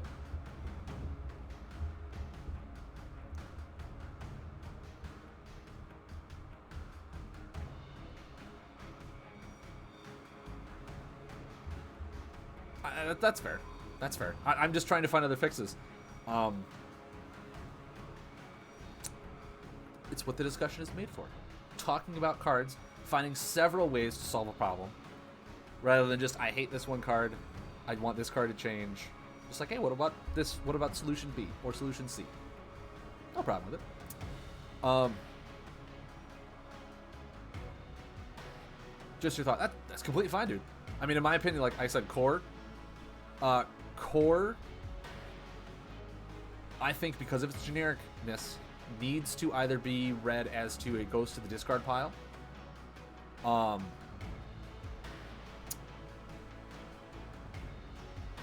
or just like, because let's face it, Core could be an unaligned card, and it would still be the same. It would still be running all the same decks, because no one uses it for Crystal unless the Crystal's in a sideboard. People run Crystal Core for its items, or for its ability, not its alignment. And when you look at a card like that, if you have a card that you would run for the ability and not the alignment, change the ability to not be so generic. And give it burn. Well, you see, that's the thing. That's the thing, Mud. If it went to the discard pile and it didn't have burn, you could have it go to the discard pile. And if Crystal Core decks are becoming a problem, then that's where we have tech cards. That's not where we nerf a card into the ground. That's where we have tech cards like Font of Misfortune. So that you have a tech card to stop an opponent in a certain situation. And the only way to get that is to then have them remove Fond of Misfortune with one action, and then get the Crystal Core back into their hand. In which case, they need to have found a third action to lay the core again. That's a way to shut it down, with you just having a Font of Misfortune. Which then, instead of, like I said, nerfing cards into the ground where they're just so bad, is building tech cards, making more cards, making the card pool more various, to have tech cards to help people in specific situations. I don't think it needs burn. I think if it didn't have burn, it just went to the discard pile, Font of Misfortune would start seeing a lot more play, which is a tech card. You're probably only going to run one of it in the deck because it's a tech card. You're not going to run 3. You're going to run. So I don't think giving it burn is fine. Just retire core. Let's face it, a lot of cards need to be retired at this point. We need to get onto wave 5 and 6 and retire like Mythical back and really start fresh. We are in a beta phase. I've said that several times. We're in the beta. We finally made it to beta with Uprising. We are still talking about card interactions we don't like. We're still talking about genericness. We're still talking about a lot of things that are having problems that have been happening since Mythical and before. We need to work on not necessarily like doing so many erratas. We need to work on making our future card pool stronger and more diverse, so that when it comes time to it, I'm crossing my fingers they still go with this, when we rotate out past sets, our future sets will be more diverse and make the game less generic and have a much wider variety of decks. Mudslinger and Oppressor were made to stop it. Which is really funny, because Oppressor should be made to just stop items in general, but the only one it's really stopping is Crystal Core. Like, that tells you right there the problem was with Core and not other items. Mudslinger should not be a Mountain generic card. Mudslinger is a niche card that I don't think Mountain needed. I think Mountain could have had another card that did something else in that card slot and just kept Oppressor the way it is. Because now Mountain it can run 6 cards that just remove items and just give me a huge item hate. Mudslinger essentially is a Battleborn Oppressor with an alignment, and I don't think it needs to exist. I really don't think it needs to exist. As awesome as it is, I don't think it needs to exist. I think they can have another card replace that card slot to further an archetype in Mountain itself. So how do I make it so OTK decks doesn't take over if you get rid of Core? That's the thing, is Core was meant to stop OTK. The reason Core became so strong running with Thor is the fact that Core went back to the deck. That's why me and a lot of other people do think that Core should just be, hey, you broke the Core, it goes to the discard pile. Cages were made to stop stall. Yeah. Solve the problem instead of creating other problems. Once again, a tech card. A tech card that should not have a play around, but should just be, hey, this was made to stop this archetype. Cool, it's doing that. But it's like, oh, but if you also beat the small condition it comes along with, it works really well in an archetype. That's where it becomes not a tech card and an archetype card. OTK are not a problem because they take a lot of setup and have to be done perfectly. I mean, in a sense, yes. But in another sense, there are OTK combo decks that kill you the turn it goes off without a board setup, just the cards in hand. There's the new tech one that just like does 33 damage in a turn, and the only setup it needs is to not have you at 35. So, once again, not very interactive with the game, but that's where Core was meant to be, and in that case, Core shouldn't have an alignment. Core shouldn't have an element on it. If it's that generic, it shouldn't have an element on it, and should go to the discard pile. Should go to the discard pile.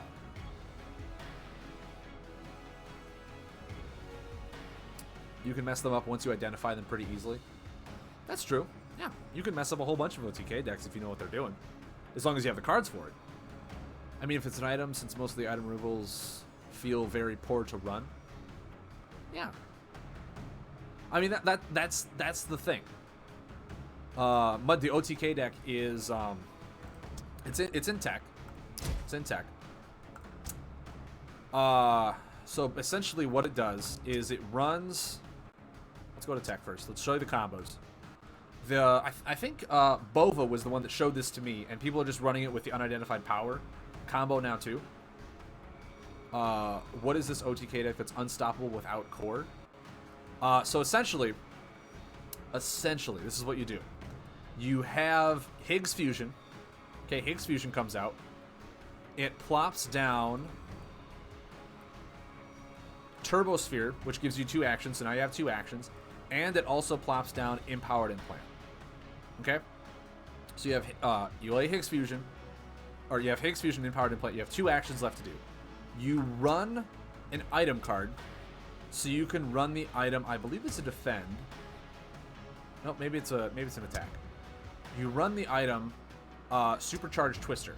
If your last discarded card is a combo, which it is, rotate one of your buffs 1 step forward. So now you rotate Empowered Implant forward. Okay? So now, is that run a lot? I haven't seen it run a lot. I just know it exists. When Bova made it, it was like he was on several win streaks. Yeah. I think actually, I want to say HS Cosmo ran it during the tournament. It isn't standard. What do you mean it's not standard, Rocket Star?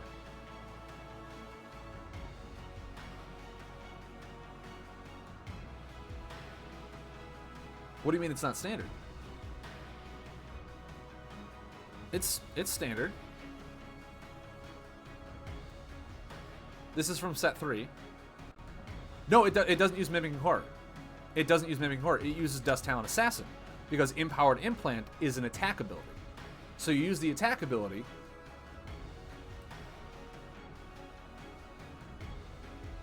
and then you use Dust Talon Assassin to trigger it and deal 15 plus 15 plus 3.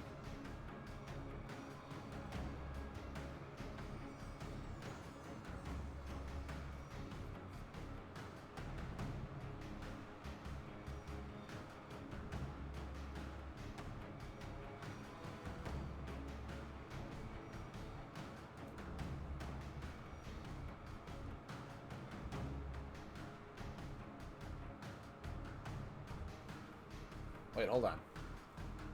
No, there was more to it than that. Because... Oh. That's right, yeah. It used Mimicking Horror to apply a Turbosphere's effect. Okay, you're right. Because you needed it to get another additional action. Okay, no, you are absolutely right, Rocket Star. It is not standard legal anymore because Mimicking Horror is rotated out. But I want to say they still found a workaround for it. I don't know how, but I want to say they still found a workaround for it.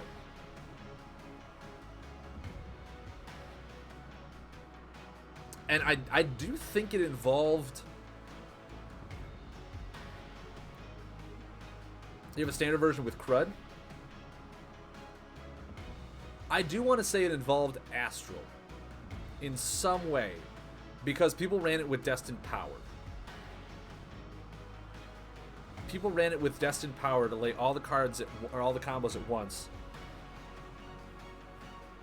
And I don't know if it was also like... It might have been with Destined Power and...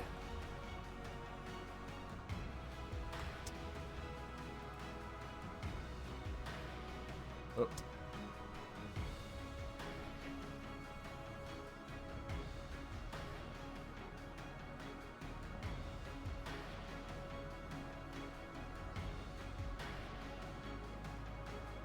No, I'm not sure. Could have been Steel Fort and Implant. I mean, that's the way to do it now. That's the way to do it now is... really, all you do is you put Higgs Fusion and you put Steel Fort with Empowered Implant. And if they don't have damage reduction, or like a Mari Bard and removal, then next turn they take 33 damage.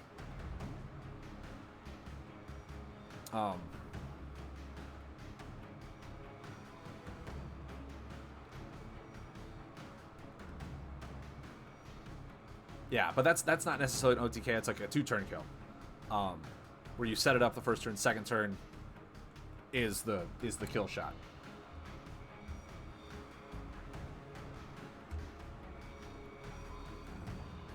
Since both me and Mud Turtle... Are you referring to me or are you talking to someone else, Burrow Zero? Because I strongly think Farapang is amazing in Standard right now. Yeah, dropping damage reduction that turn. Exactly. But then, of course, Mud Turtle, all you do is you save a buff removal because you have 4... Or no, you have 2. Yeah.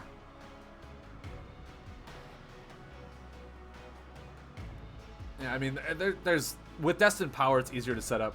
Because you can put in like multiple actions, you can put Turbo Spear, all this stuff into play at the very end, and really set it up. Burrow Zero Farapang is my boy. He's my best boy. Wrath Sergeant Ironbark right now, dude. Farapang all the way.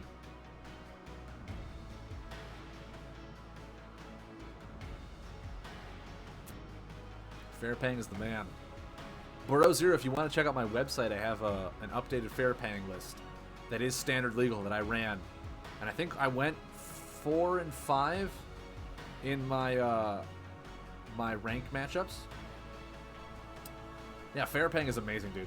Farapang is amazing. Got me top 4 at Golds on Ohio.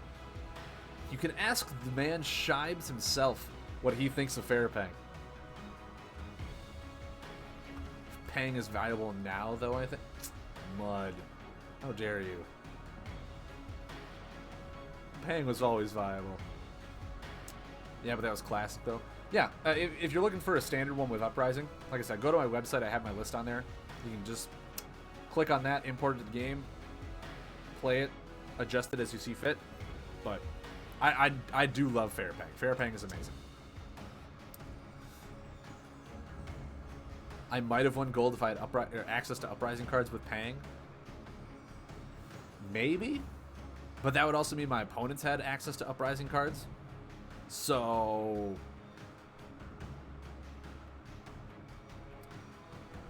yeah, I think Pang is a lot stronger now.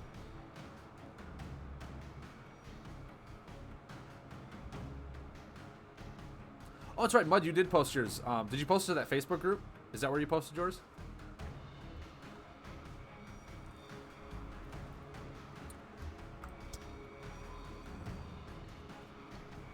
But yeah, so I mean those are my many thoughts on this game.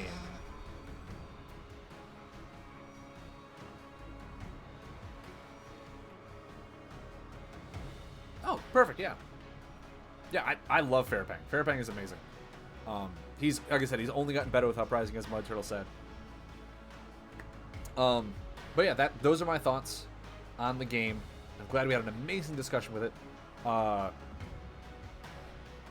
Yeah, in future sets, like I said, I gave my my opinion on where I want the game to go and grow from here.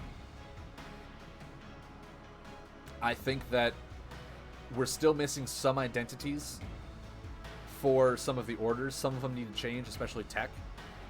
I don't think Tech's identity should be low health, because that is such a generic identity that can be easily utilized in every alignment because health is a common resource. I think we talked about a lot of problem cards that we all saw that we need to change and gave our opinions on them as well. Talked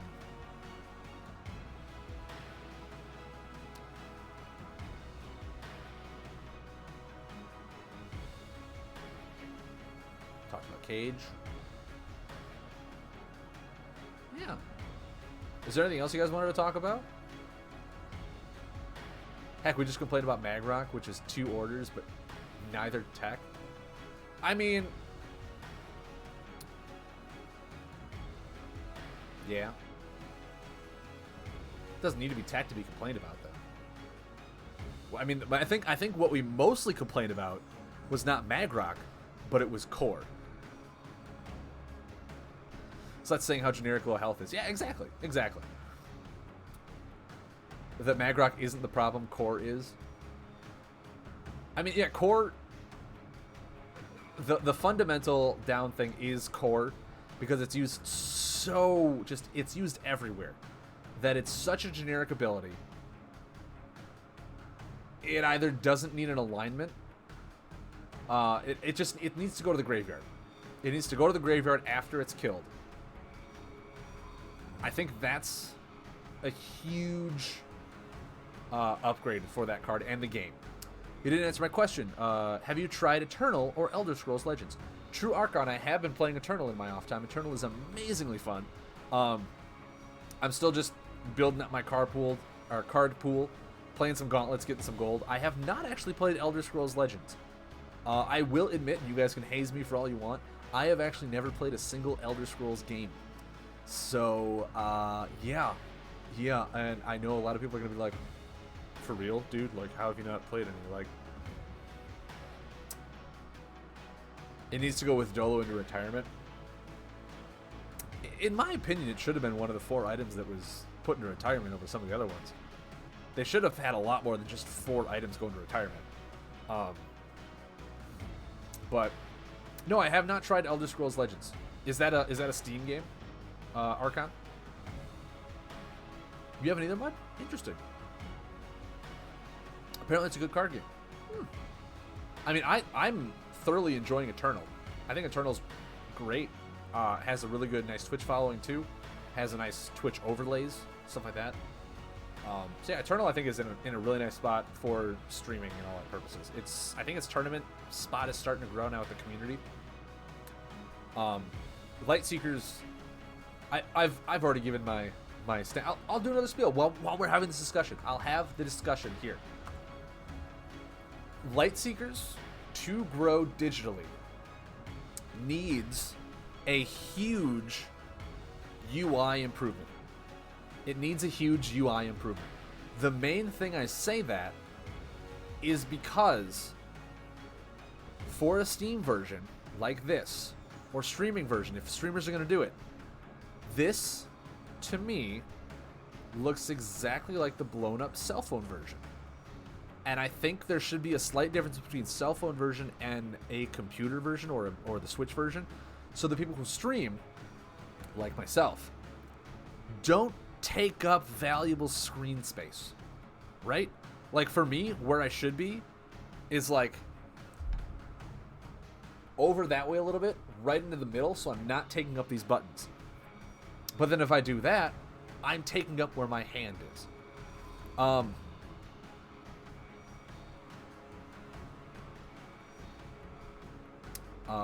Same with Champions. Magic players love the game but say it's hideous. Like, won't play because the UI feels very much like just a blown up cell phone version of the game. You look at any other digital TCG out there right now, it's almost a 3D like game. It's almost a 3D game, which I think is what this digital needs to move towards. Is it needs to start bringing a much more finished, polished look to it than just being a 2D card game. I think we're way beyond that, and I think they're pushing more to that too.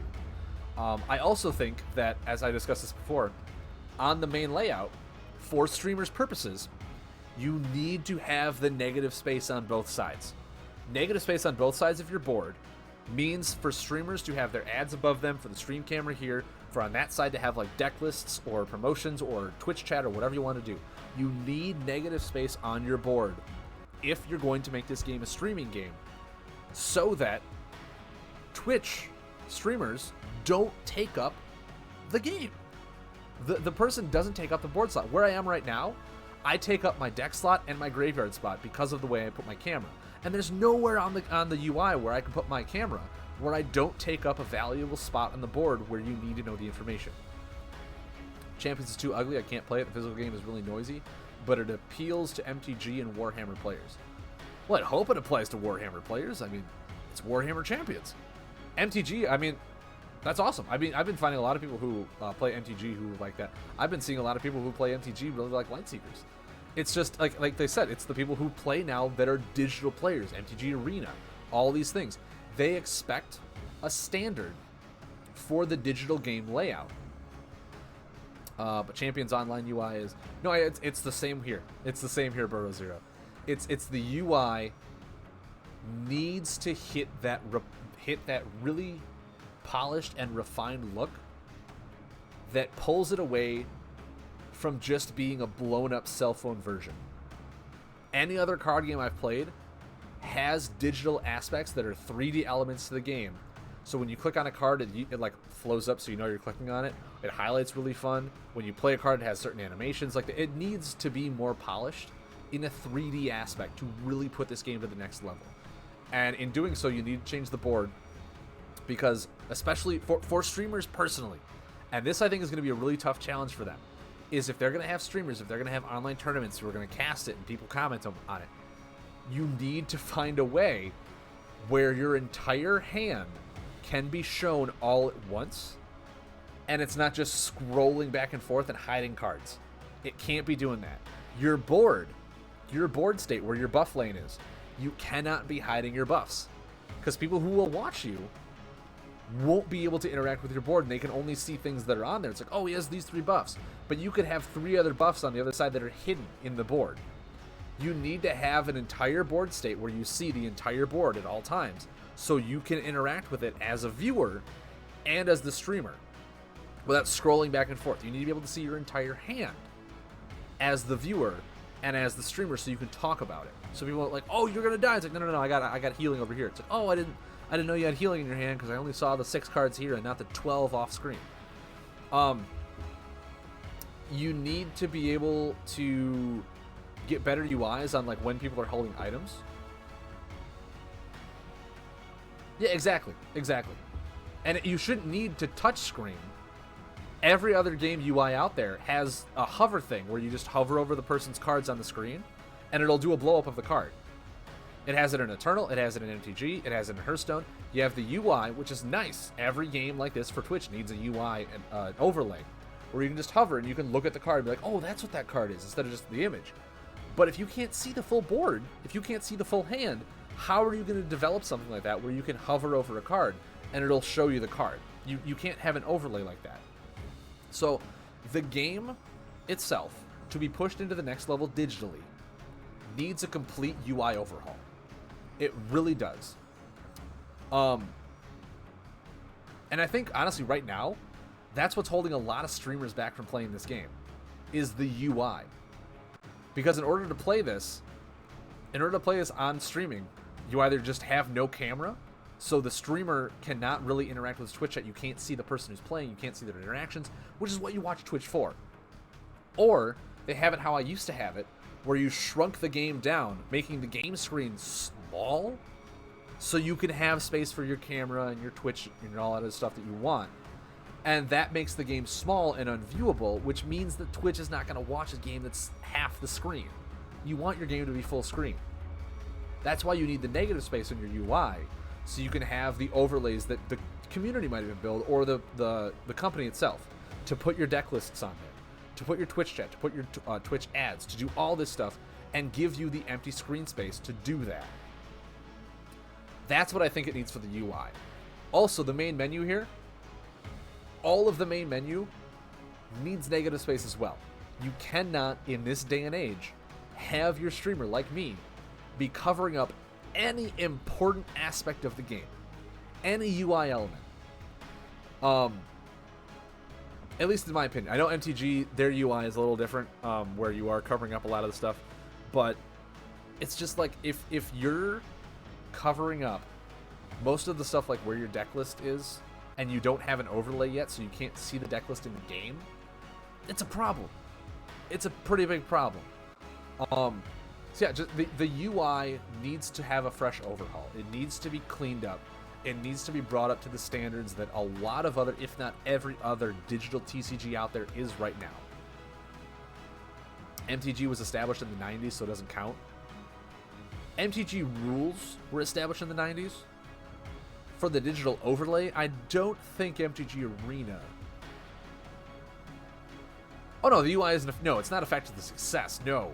No. However, I do think that the game itself is amazing, and then MTG Arena just took the game. That's fine. I'm not sitting here saying, hey, MTG Arena is working so well because of the UI layout. No. MTG Arena is working because it has the same game that's been playing for the past 25 plus years that has been successful. That's what I'm saying. The UI just looks really great. It has nothing to do with the success factor. But a lot of other digital games have a company standard where the UI shouldn't be blocking for Twitch. You should be making a UI for Twitch now, essentially, or for streaming purposes. If it's on computer and you want your game to do well, make the UI Twitch friendly or streaming friendly in general. If you don't use Twitch, make it streamer friendly so that people can watch people play your game. That's where you get the most views and the most notice. Outside of like, hey, check out this ad for the game. It looks really cool. Well, okay, cool. But if I don't want to try it and I just want to see someone play it to see if I like it, that's what Twitch is here for. That's what, as a streamer, I'm here for. To play the game and to show you the game and be like, oh, check out what this interaction does. And be like, wow, it actually looks pretty cool. I might try that. But if you can't see the full game, it's really hard for me to do that. Really hard for me to do that. So, yeah. The game, the UI needs an overhaul. It needs to be pushed more into the 3D aspect. I do strongly believe that if the digital game is going to progress, and they did a great job overhauling this UI with all their 2D assets and everything like that. This window here, this looks great. For the most part, it looks great. It doesn't need to be upgraded more than this. I think this is perfect. It's the game, the actual game state where you go in and you play the game. That's what needs to be upgraded. The board needs to be upgraded. The hands, visual needs to be upgraded. That's where the negative space, that's the UI I'm talking about. Not the menus, but the game board UI. I just want to make sure that, like I've ranted so much. I want to make sure that the game board UI is what gets upgraded above like the main menu screens here. This is fine. This is perfectly fine. The main menu UI is awesome. It's the game board that needs to be upgraded. Did MTG have card balancing problems when it first came out, like Lightseekers? Dude, when Magic the Gathering came out, no one knew what it was. I did some research and I've talked to some people. MTG, Magic the Gathering, almost failed 5 times because some sets were just too broken. Players would leave the game because of some card interactions. Even right now, after 25 plus years, there is a deck that is a fatigue deck that all it does is just cycle through its deck, doesn't mill out, heals for like 20 a turn, and that's how it wins, because you just can't beat it. You get to empty deck check, essentially, in Magic, and you just lose, and it's just like, that's how it does. And I think one of those decks made it like the top 4 in like a national tournament, because it was so good. And people are like, this is so... I was watching it for a little bit. I was watching the Nationals. Is it standard? Oh, yeah, it's standard. Like, I just watched the tournament less than a month ago. And legitimately the casters, the 2 people casting the tournament, who were talking about it, there was like 2 games going on in the background, and they were casting this one on the Twitch channel. And it got to that state. And they stood there, and they're like, well, there's not a whole lot. I mean, maybe he makes a misplay here, but it looks like he's just on autopilot. And, like, the game wasn't even halfway done. And the girl was just trying to play the game out to see maybe who'd make a misplay. And they're like, okay, we don't think it's going to happen. Let's just go to the other game. And they literally stopped watching that game midway through without declaring, like, they declared the winner, but they didn't wait for the game to finish because it was in an infinite loop cycle that was just so boring to watch. The casters were just like, let's go check out the other game. We'll stop watching this one. Let's go to the other one. Like, that's the deck. That's the deck. It just sits there and does nothing and wins. Other formats have sillier decks. Oh, dude, yeah. Oh, there's so many weird interactions. But I mean, the game is so successful. It's so successful. I think it's even been said to be it's the most complicated game ever because of how many card interactions, how many abilities they've added to the game, how much text and all that stuff, the card pool's vastness. There's so many different formats you can play. There's the two-headed giant. I want to say Highlander, but it's not. It's the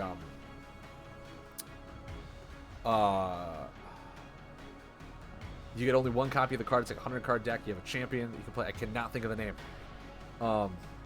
If someone could help me out with that format. There's one-on-one, obviously. There's standard. There's legacy. There's limited. You can play multiplayer. I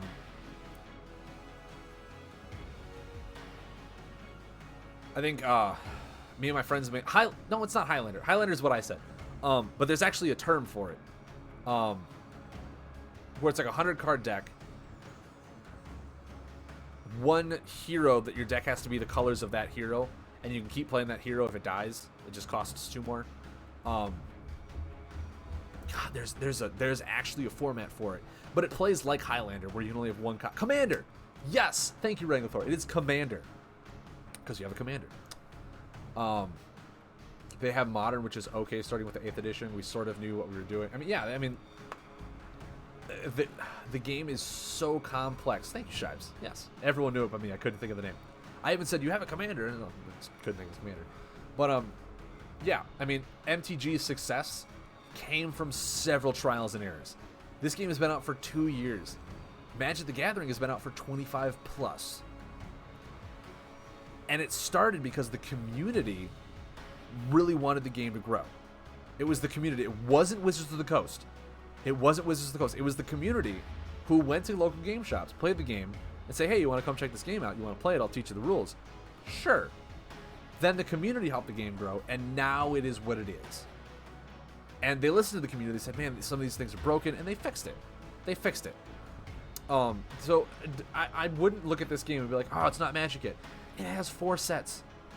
We're on year 2. We had a lot of setbacks. You cannot compare this to Magic. You can barely compare this to Hearthstone.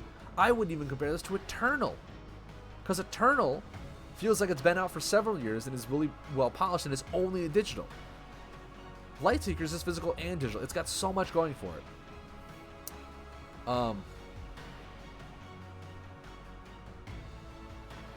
It's still, if you can't win in 4 turns in Modern, you're probably dead. I mean, yeah. Lightseekers would probably be in a different spot if Toys R Us didn't go under. Below Zero, I think Toys R Us was mainly selling like the figures and the toys.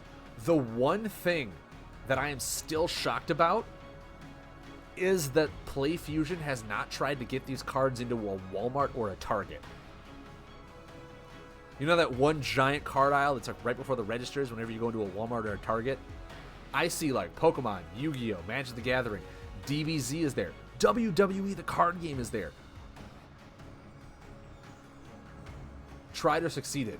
I don't know if they've even tried. That's the thing. I don't know if they've tried or not.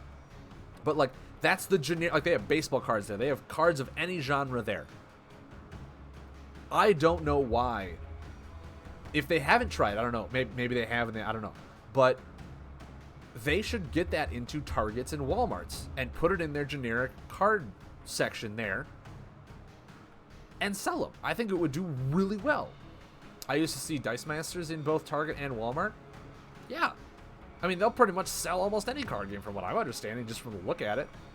You go into those you'll see like 15 different cards, just the single card packs. You're like, oh, what's this? I'll play this game. And then they have some of the starter decks below and some of like the core boxes. But like, yeah. Toy sales might have driven the card sales. I mean, TV shows are what made Pokemon and Yu-Gi-Oh! Succeed as TCG. I have a question. Did Yu-Gi-Oh's card game come out before the anime, or was it the other way around? That's always been a question of mine. Obviously, Pokemon, the card game, came out after like the video game and the cartoon show. The Lightseekers RPG was a lot of fun. It was fun. I played it when it came out. I scanned the cards in, got a bunch of different combos, stuff like that. It was really fun. It was very interesting to play. But then they had the card game took off, and the contract fell through with the company that made the RPG and the toys. So they just decided not to go with the RPG, and now they went with the card game. So that was the not the issue, but the situation there. Oh, really? It wasn't Target. Okay. I didn't know that. All I know is, like, I'm a Pepsi rep. I go into Walmarts all the time and do coolers and everything like that. So I just don't... I'm like, I'm surprised this card game isn't here. Like, no one tried to push this at a Walmart. You haven't seen it since? I mean, it was on pretty much on a 1-year hiatus between sets now. I would not be surprised if it's really difficult to push the card games outside of card shops. But I do think if they're able to, they should try and get packs like that into Walmarts and into Targets again, in a generic card lanes. I think that'd be a great spot to start selling those cards. People would look at it. Because, I mean, I've looked at some of the cards and be like, what is this game? And then I'd look it up on Google, and I'm like, oh, okay, that doesn't seem so bad. But, I mean, it got people going, hey, what is this? Like, the art style is what drew me into this game in the first place. If someone sees the card packs and sees the art, they're like, oh, I wonder what this game is. You'll be like, oh, it has a digital app. Let's go on the app and see what it is. There's several sources for it. The more people see it in the physical world, the more your digital game will grow, too. It's, coalescing and such. According to Professor Google, the anime came up first. That would make sense of why Season 1 had no rules whatsoever. That would make a lot of sense, Rangothard. Is if the anime was just like, nah, nothing makes sense anymore. The only thing that made sense was Pot of Greed, and no one knows what that card does. In all honesty, it's just Pot of Greed stuck around forever, but no one really knows what it does. I was recently rewatching you. I think you meant Yu-Gi-Oh! Unless you meant me, then thank you for watching the reruns. Thank you, I appreciate it. But no, me and my girlfriend, we watched all of the Yu-Gi-Oh! The original show, and then we watched all of the abridged, and oh my god, Yu-Gi-Oh! Abridged is so hysterical. It's so good. You guys gotta watch it. I think it would be a good idea to get into those stores once they have full proof, their distribution process as much as they can. Agreed, Chives. Once they finally get everything to a solid point where they're in a consistent standpoint, the next step should be getting it not only into the game stores, where the game is going to sell, but then into the generic public, like Walmarts and Targets. But they do need to work on a lot of distribution. They need to essentially pick themselves back up to where they were before they fell down so hard on their distribution issues before.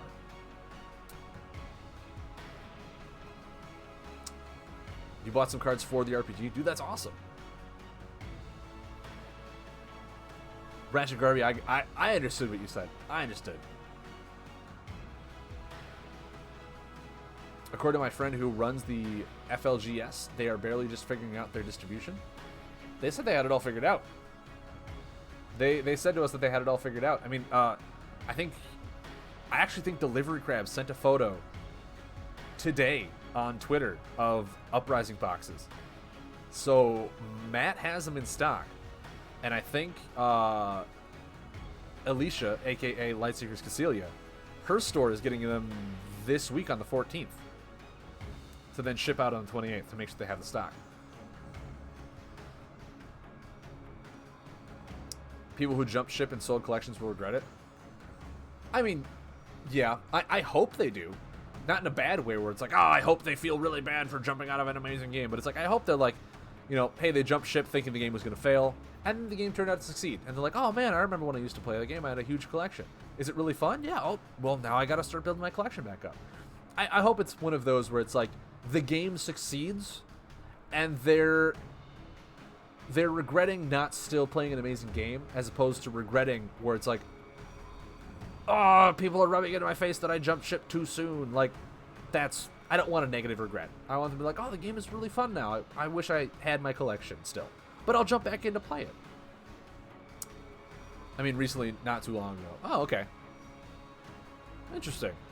I mean, red tape over at PlayFusion. Red tape over at PlayFusion is, we're not going to get the 100% truth, but as long as Uprising doesn't get delayed from the 2 weeks out that it is, I'm okay. I'm okay. Just don't, we cannot have Wave 5. We cannot have Wave 5 physically come out in no less than 4 months from this one. 3 months is optimal. 3 months is optimal, but 4 months would be fine. I think if we get a set every 3 months or every 4 months, the game will pick back up to where it was before. No, I figured that's what you meant, bud. I figured as much. But yeah, the game was at an all-time high.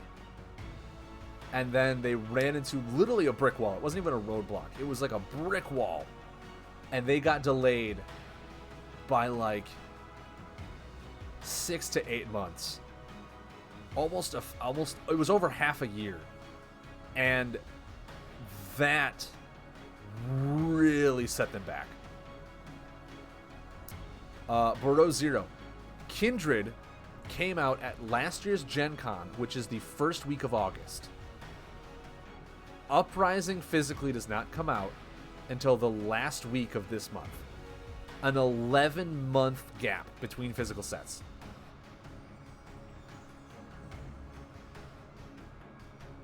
$11 months.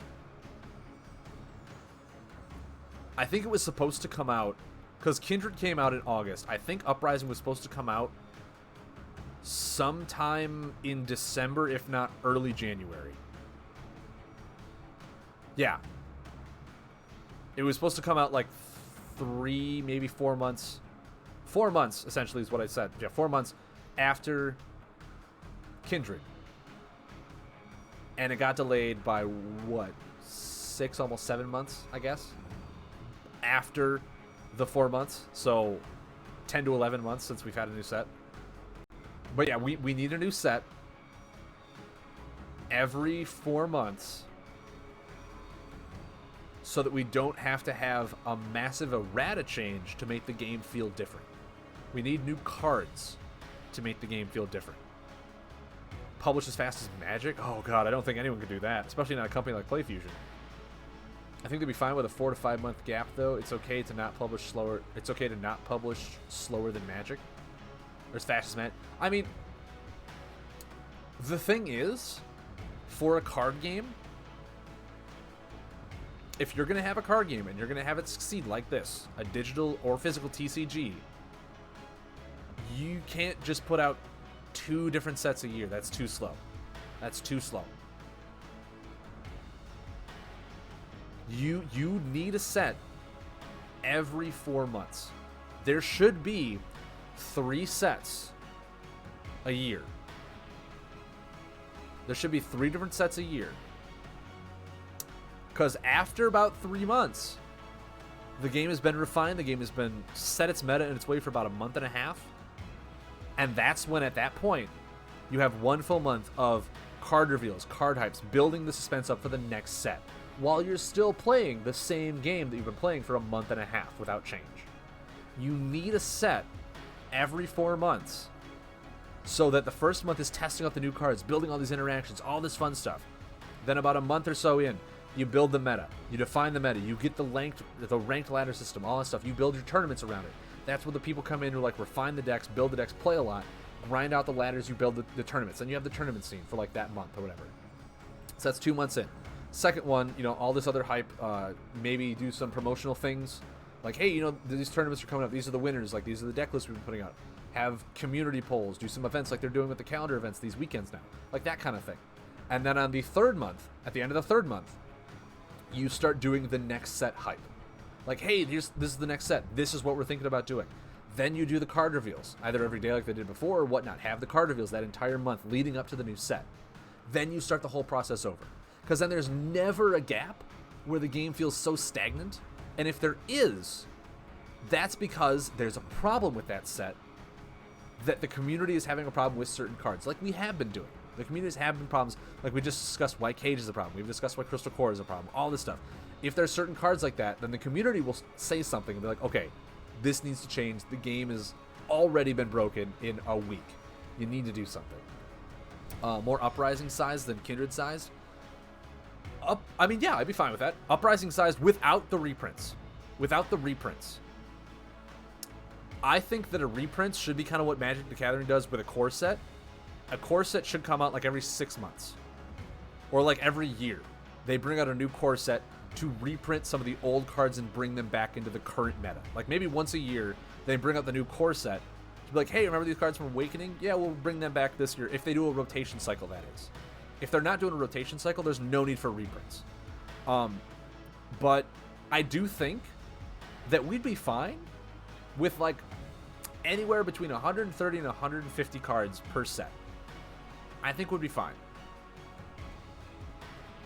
I think we'll be fine if with that.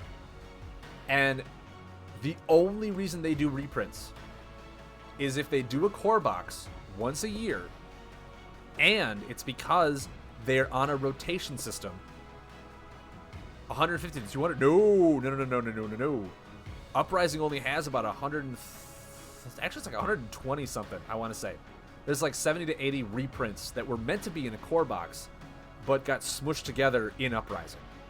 So Uprising actually only has about 120 plus new cards, and then it has like 70 plus reprints from Awakening and Mythical that are getting reprinted. So that's why Uprising, 140, there we go, 145 new cards, 220 or 202 total. So yeah, like anywhere between 135 to 150 cards per set, but like stick to that number. Stick to a number. Like 145. That's a perfect number for a new set. Every new set comes out with 145 new cards. And then if they do a core set once a year with reprints from older sets that you want to bring back, just those generic ones.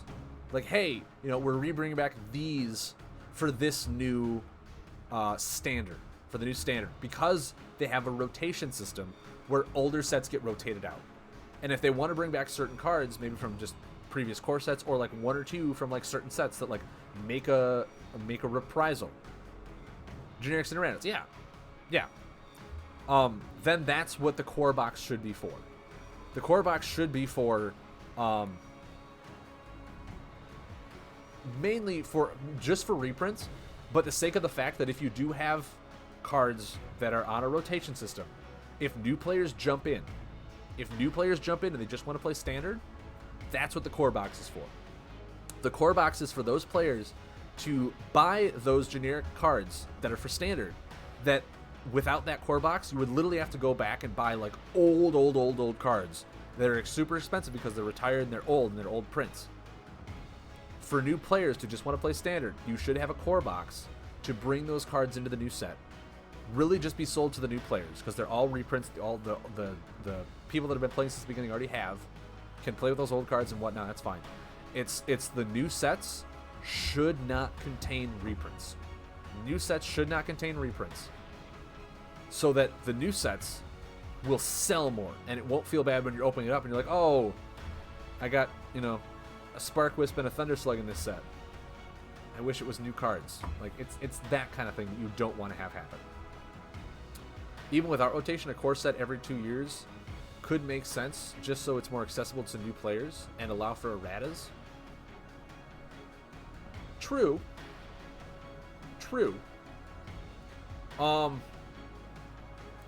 But that would also mean, Burrow Zero, that they're constantly doing that many erratas to warrant a new core set.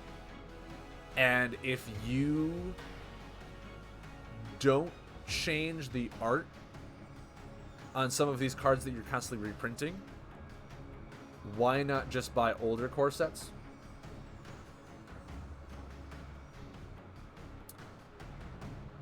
Because if they are doing that for new erratas, like that would mean that every core set, there is minimum of 50 erratas on these cards that need to be reprinted. And if there's constantly 50 card erratas, that means that their development team needs to rework their process on making these cards so that they're right the first time. But I personally hope there's a rotation. I personally do. I know a lot of people say they shouldn't have a rotation. There's a lot of card games that don't do rotations. That's fine. But I personally do think that this game would do well with rotation. I think it would do well with rotation. Every year, if we get 3 sets out a year, having a rotation like every 2 years or every year or so, the previous set gets rotated out. Have the game be consistently evolving. I think it would be great. I think it would be healthier for the game. It's just that in like 2 years at a 3-year rate, there'd be like 7 valid sets. Well, I'd say 6. Well, unless you count like the core set as a 7th set, which is fine. Which is fine. That's why the sets are so small. They're only like 145 cards. And then I don't know how they would do the rotation. Whether it's like when the new set comes out, they backtrack and like one set gets rotated out, or like at the start of the year, kind of like what Hearthstone does at the start of the year, the entire previous year 3 sets get rotated out, and then they add in more sets as that year goes on, and then after that year, an entire year gets taken out all at once. I don't know how they would want to do the rotation. Whether it's like, hey, this set came out, which means this older set is getting rotated out, so you're like consistently doing a rotation every 3 months. I don't know how they would want to do it, but I do think that rotations are healthy for TCGs. They are healthy for TCGs in the sense that not only is the game constantly evolving, where it's always not like, hey, you know that set I made back in Mythical that's been running rampant for 3 years and doesn't need to be changed with the new cards. What's the point of buying new cards if this deck is still working that well without any upgrades? Let's just keep using that. Don't have to spend a dime. Yada yada yada. Like, that's a problem I see with TCGs, is that Yu-Gi-Oh does it differently, because Yu-Gi-Oh's like each new set comes out with basically a brand new deck in that set, and like 1 or 2 cards that helped previous archetypes, where it's like, hey, this set, I'll buy this set and basically have that starter deck from the set that you want. Where this game, I don't think is ever going to do that. I don't think this game is going to come out with essentially brand new decks to run every new set, which is why I think that a rotation is perfectly fine for this game. Also, what rotations allow to do is the core set every year, to reprise some oldies but goodies to come back for the standard format. So,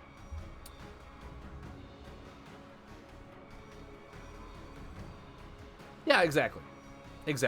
And Barosier, that goes back to a point I made way back, that the fact that now that Uprising is out, we are officially what I feel is the beta phase of the game. I feel like for the past 2 years, the game was in its alpha phase. We were its alpha testers. We were playing the game. We were finding the broken interactions with the cards. We were telling them what erratas needed to be done. We were telling them, hey, this hero's so broken, it needs to be fixed. All this stuff. We were telling them what we found were problems in the game. Now Uprising came out. Awakening, the most broken set of them all, got rotated out. All the erratas they did, they listened to us. They took our opinion on our first 3 sets and started taking that information into making these newer sets. And now the first set is rotated out. We're into this new set. We're finally getting a lot of these different mechanics. The game feels a lot more different than it did a year ago, even with just 1 set. And that's why I feel like we're in the beta. We're finally fielding somewhat of a different archetype. We're finding a lot of different mechanics that are working well. The family mechanics are starting to come in. Everything is not as generic as it was before. We are officially now the beta testers of the game. We're still finding things that we don't like. We're still saying, hey, this card is broken, it needs to be changed. This card needs to be errated. When is this card getting retired, rotated? I think you need a Hall of Fame. We're giving them all this feedback still. That's why to me it feels like we're in the beta phase. Because the game is still evolving, still changing, but it's literally like, it's not changing in a way where the developers are changing it. It's the fact that the developers come out with cards, and we're telling them what we're liking. We're telling them what needs to get changed still. We're telling them what cards don't work well. All this stuff like that, so that in future sets, they take those notes and they go, okay, this worked really well in 2 sets before. How can we make it work kind of again? All that stuff like that. Awakening feels like it was alpha, beta, unlimited, and felt like in Magic. Very raw. I mean, in a sense, Awakening felt like it was the unglued and unhinged set, where all of it made sense, but it was just broken beyond all belief, and if you could run those in a standard format, why would you run anything else? Like, right? You could run a 99/99 creature somehow. You could run that all day. Why play any other cards? Like, that's how Awakening felt. It was just so broken. The power level was busted beyond belief. It needed to go. We learned our lesson. We learned where the peak of the mountain was. There was no reason to come down to it unless you were always at the top with those cards. They took the top away. We'll filter around the base. We'll find out the range of the mountain and build ourselves back up from there. But yeah, now we're into the beta phase, where we have a lot more mechanics to work with. We have a lot more of a variety of card pool. We have family orientations. We have items with abilities on them outside of the toys. We're really kind of starting to hit our groove. We're starting to grow. But at the same time, we still have a massive feedback channel. We still have a massive bug channel on the Discord, on the Reddit, on Facebook. where we're still telling them things that we're finding out about the game that we think could be better, we think they need to change or improve upon, and all that stuff, for them to then make future revisions in other sets. And I don't think we'll be out of the beta phase probably for maybe even another year. And that's not just because I've heard that PlayFusion has said that like Wave 5 and Wave 6 are already almost finished with development, and they're just working on like getting the art for them, getting the cards for them, and all that. Like the cards are set. They're just refining the details to make them available to us.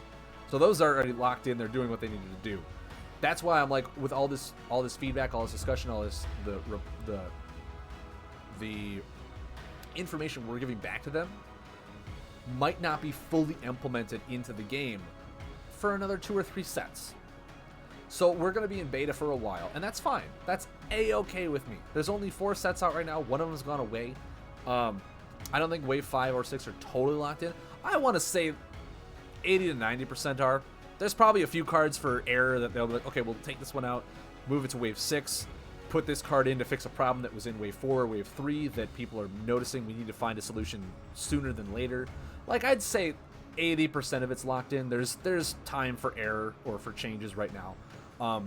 If first of all, if Wave 5 is not locked in by Uprising coming out, so that they can get them coded into the game, they can get the art assets for them, they can get the like everything done for it.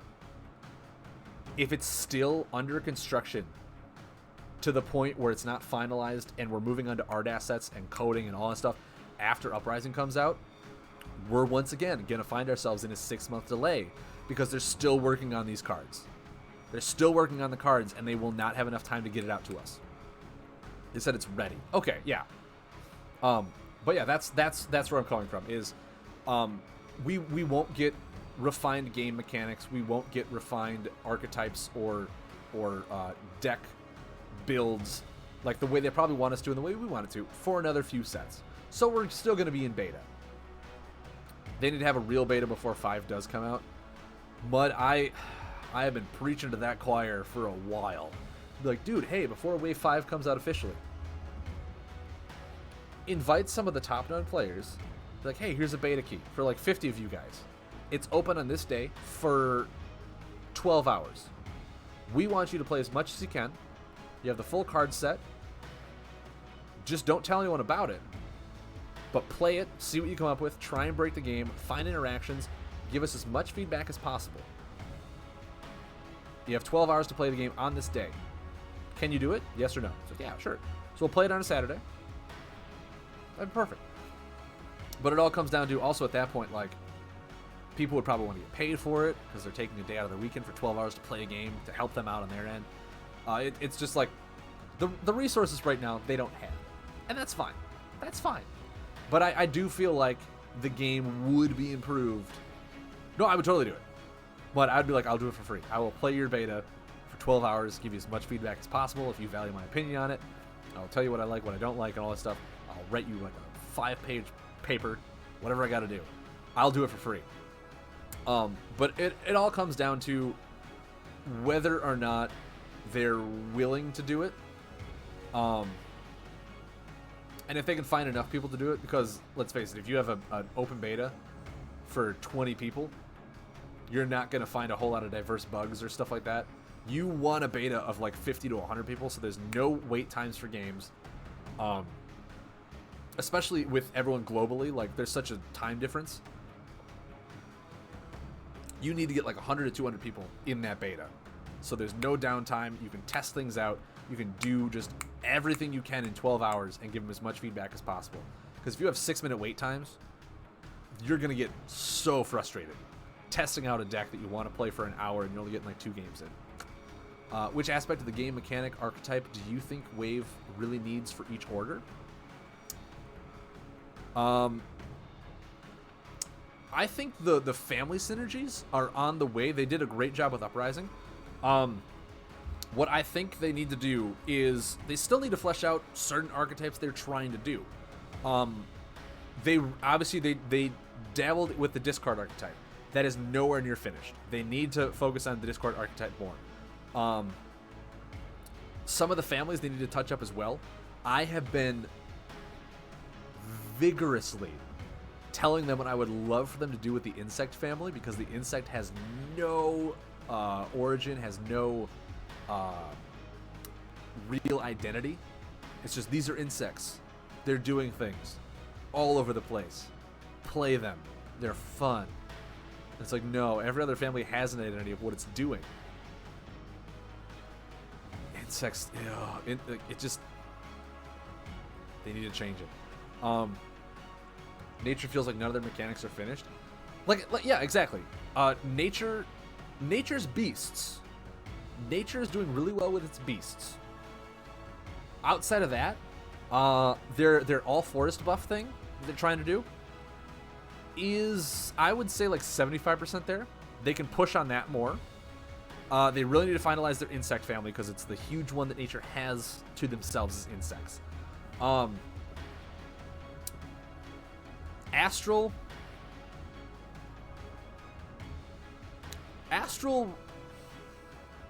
I think, in all honesty, Astral would be improved with a rotation as opposed to different more cards. Because the cards we're still seeing in Astral, the cards that we saw in Awakening and Mythical, and there's still the cards people are running. Especially the combos. Until we see a rotation, I don't think Astral's going to change a whole lot with a different archetype change. Mountain, they're starting to do more stuff with, like, play certain fire cards and all that stuff like that. They have new locations, but, like, Mountain doesn't really have an archetype that it's... Oh, Astral's been in a good place since Awakening. They have planetary alignment. It hasn't gone away. It's going to be great. Duskbeater, Beetle combo. You mean healing for 10, making your opponent's 2 attack cards go away is not the best card synergy in the game? What? Yeah, I know it does. First of all, Blinding Beetle should be able to move combos in the first place. I already said that. There's no reason that one should not. It does not say action on it when what was it? Eclipse said action. No reason an action card should allow buffs to be moved back unless it's buff specific, like Mountain cards do. Mountain cards are a lot of combo hate. That one just doesn't say. It just says attack or defend. Doesn't say action. Really, really upsets me. But yeah, I do think they need to really push on a lot of these archetypes that they're doing, whether it's family synergies or whatnot. And I think whatever Wave 5's focus is, it needs to not only finish what Uprising started with a bunch of these really cool game archetypes that we're now seeing, or that they've started refining Kindred, but at the same time, I do also expect Wave 5 to start trying to produce brand new archetypes that can be brought to these alignments.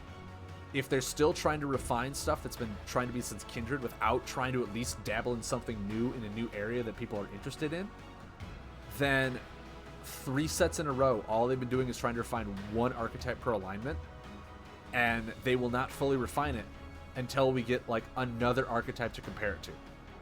So Wave 5 needs to dabble a little bit into what Kindred and Uprising had done, but they need to start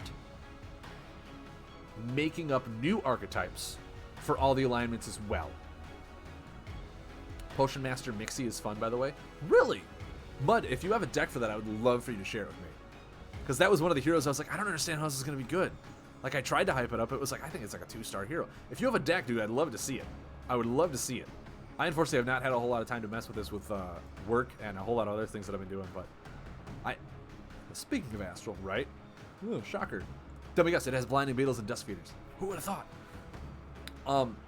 But yeah, whatever Wave 5 is should have a central theme. How Uprising central theme was based around Creebles, started to do things with Creebles and really fun stuff like that, but also dabbled in other archetypes along in the alignments. What Wave 5 needs to do is essentially the same thing. Have a main core theme that it's adding to maybe even 3 of the alignments, while the rest of them are getting another 3, so it's like 3 and 3, are focusing on what these cross orders can do if you mix these 3 together, so you're not mixing everything together at once. Should be trying to finish off the same archetypes that they were working on with Kindred and Uprising, but at the same time, get a few cards to dabble in a brand new archetype for the 6 alignments. Even if it's just like 1 or 2. To hint at a card that's like, wait, why is this card like, I don't see how it can interact with anything. Are they maybe starting to work on this archetype? And get feedback from us. Be like, hey, did this one card entice you? What do you think? What do you think would help make this card work? Getting the feedback from us so they can then build those cards in future sets that they might not have thought of. I think that's what Wave 5 needs to do. It needs to do a lot, essentially. But I would love for it to do everything I just said and more. I think everyone would. Awesome. We got a Potion Master Mixie deck.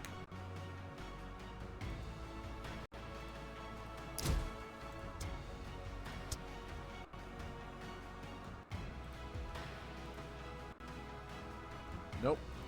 Okay, it says I copied it. Oh, I can share it to the forums or...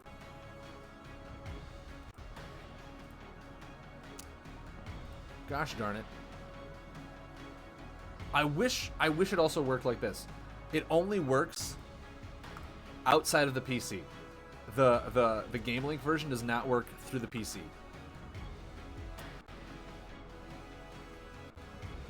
So we'll just go ahead and build this deck real quick while we talk.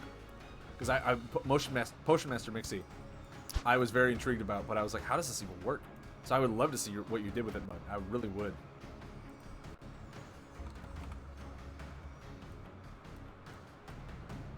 Also, I would love for it to be, you could just click on it, and it would add it, and you can click it and remove it, instead of having to drag everything over. I think it'd be great. I think it would be great. You can left click it, or do something else like click and hold down to open up this menu. But building decks to have to drag everything works on the phone really well. On PC, you can do a lot more with mouse clicks.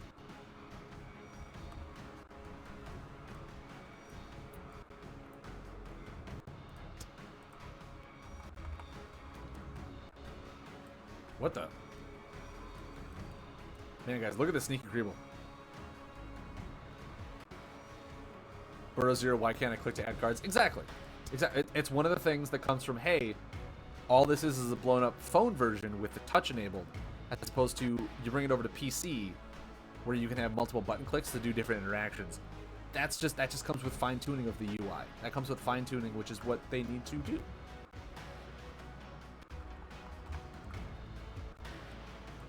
I think fine-tuning of the UI will really help this game in a big way.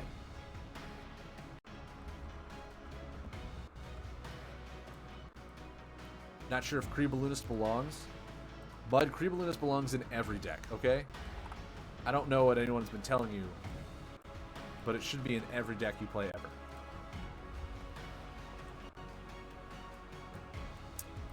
Man, look at this. 3 Blinding Beetles, 3 Dusk Beaters. What are the chances, huh?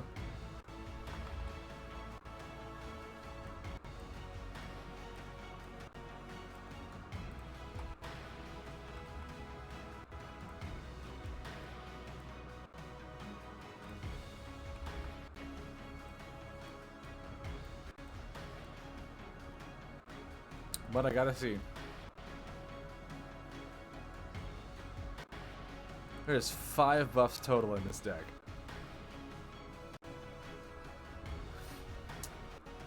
If things aren't just proving my point left and right on how buffs need to be more impactful in this game, I don't know what is. Pengi's Blessing, that's amazing. And then we have this. We have, the staples of any good Astral deck. And Black Hole, yeah. Look at that. Look at all the combos that stuck around from Awakening and got reprinted are the same ones we run in every Astral deck. Astral's going to stay the same until there's a huge rotation. Just saying. It was made so strong in Awakening. Mains for payment. Yeah, exactly. Pengi's Blessing for payment. Yeah, it pays for everything. And I don't think there's another combo 4-cost combo that... Yeah, because Moonsong got rotated out. Stellar Fusion did too. Pengu's Blessing, yeah, it's the new one with these 3, so you can pay for it really easily. What am I missing? Oh, 2 Infiltrators. 2 Preble Infiltrators.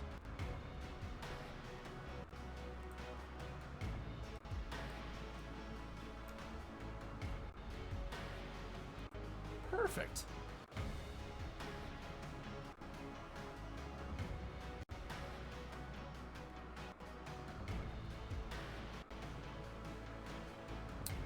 Really wanted to use Midnight Strike. It's a bold move. It's a bold move.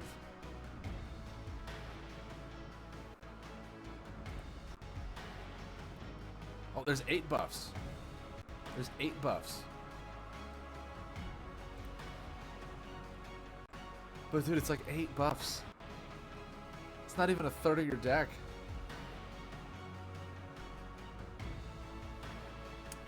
So what is this ability again? When you play a Creeble, reveal the top card of your deck. If it's solar, deal 1 damage to target. If it's gravity, heal for 1. If it's neither, you take 1 and move it to the bottom of your deck. Oh, then you move it to the bottom of your deck. Okay.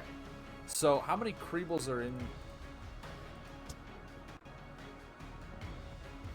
1, 2, 3, 4, 5, 6, 7, 8, 9, 10.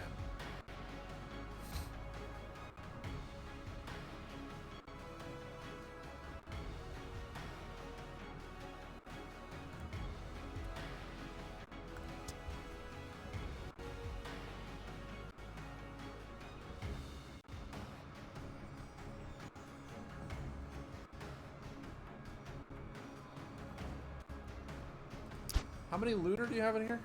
5? I feel like this deck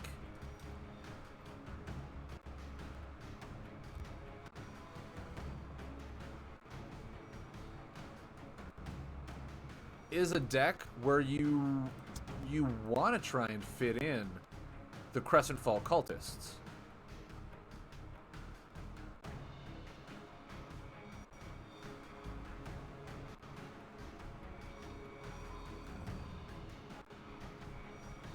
I feel like it's a deck where the Crescent Fall Cultists would be okay. Because her ability would go first, right? The ability, because you play it, then you'd reveal the top card of your deck, do whatever it says, then you would draw the card. So it's also a deck where like you really want to figure out what your top card is, but the top card doesn't matter. It's the second to top card, which just gets really confusing if you're not running like Creeballoonists and a bunch of other things in here.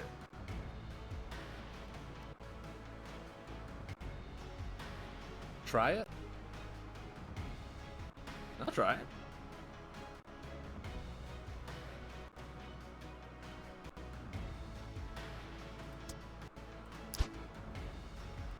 Got some shards. Perfect.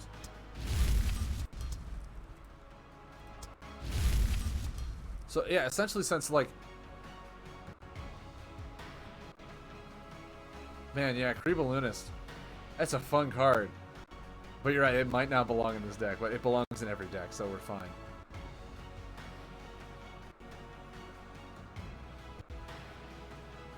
If you're using Creeballoonist, you need a lot of gravity. That makes sense. That makes sense. And Wilderness Mystic will help your the graveyard too. Rocket Star, yeah. Share those decks, man. I would love to see it.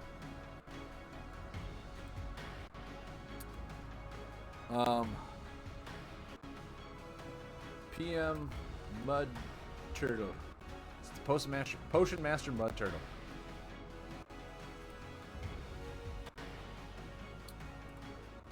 So yeah, with Creeballoonist.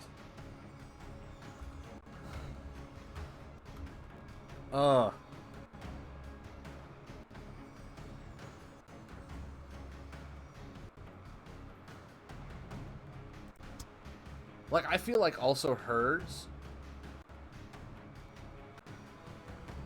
I look at Mystic as Lunar. Yeah. I feel like hers would be a great deck to try running this card in. You know what I mean?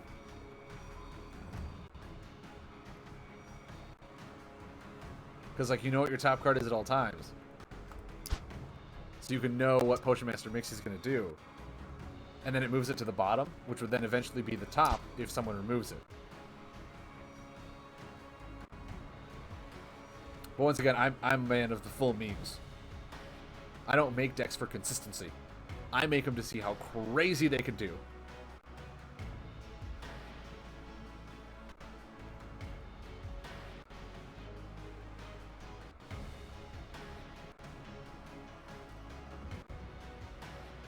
If we do, I want to take out Penji's Blessing for it. I want to add that in. If Penji's Blessing was just for payment, I think Antimatter Field would be fine. Rocket Tsar, what do you have?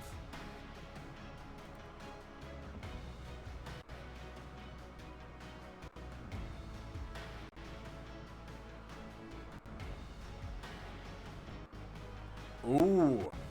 Well, first of all, the top two cards I see right off the bat for Rocket Tsars. Arcane Investigator, great idea to look at the top card, and Antimatter Field. He was already on the same boat that I was on. We bought 2 tickets. We're sharing a cabin. We're on our way. Hopefully, we don't hit that ice cube on the way home. But oh man, Jaded Diplomat. I like that. And then the Muddled Star Signs because it's a Creeble card. Yeah. Gravity Well helps look at the bottom 4.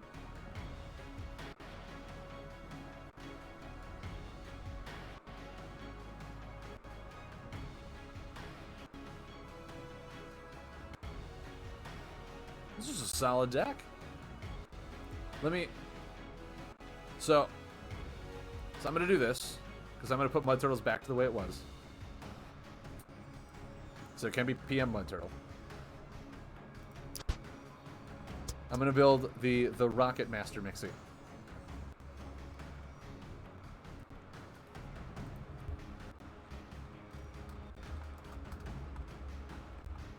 The Rocket Master. We'll build this one.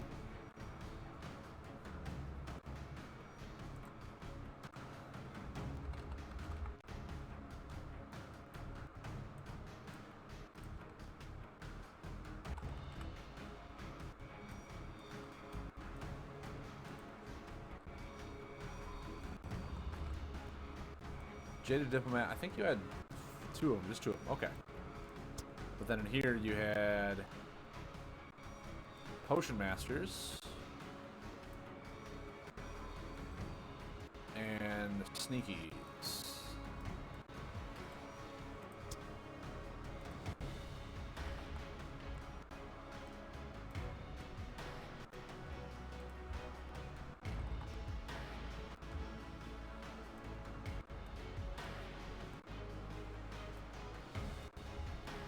Yeah, I think you're right. Mud, the way you build decks, you always build them to just get the best value out of everything, which is amazing. It's amazing because Astral is quality's Astral cards. I think Rocket Star is more my speed, where it's like, hey, this guy deals with Creebles. Let's just toss a bunch of Creebles in here and see what happens. But they're both really great decks. They're both great decks for what they do, and I would love to test both of these out and see how they play. That's not how you spell gravity. Oh, all I'm typing is gravity. Let's type in that one. Here we go. But yeah, I feel like Rocket Tsar's deck plays a lot off of the hero ability. What am I missing?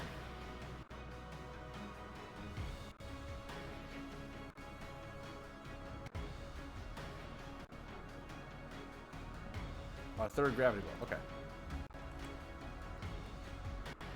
Try both? I will. I definitely will, man.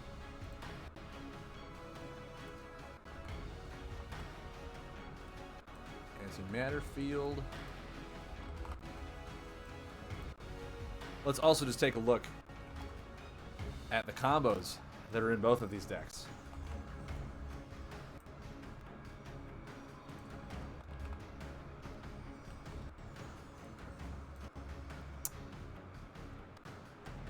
see a trend here for Astral.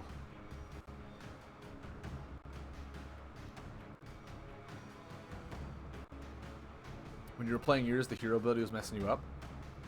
Change Gravity Bubble in mine for Antimatter Field, though. Oh, so you keep Penji's Blessing? Interesting. Yeah, Muddled Star Signs, I mean, it works with Creebles. Why not have it in this one? I'm wondering... Also, look at the buffs. Only 8 buffs. My word, guys. My word. Oh, it's so great. Yeah, Jaded Diplomat. If your last discarded card is a Creeble, move 1 Creeble card from your hand to your deck. That's awesome. Now...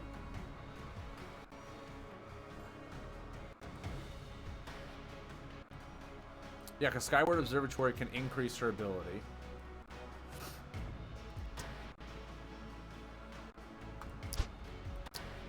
Jaded Diplomat is solar, too.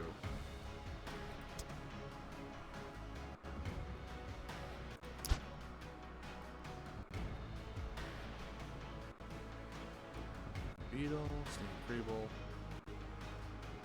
I'm just trying to get a sense of this deck, because this deck feels like it's very aggressive.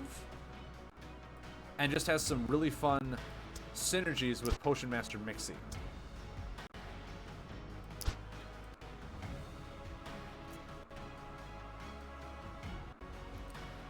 Yeah, I mean, if you just go all buffs, there's no way your buff rule can remove them all. No way in chance. But yeah, this deck feels like it's very... I almost want to say, like, aggressive in a way.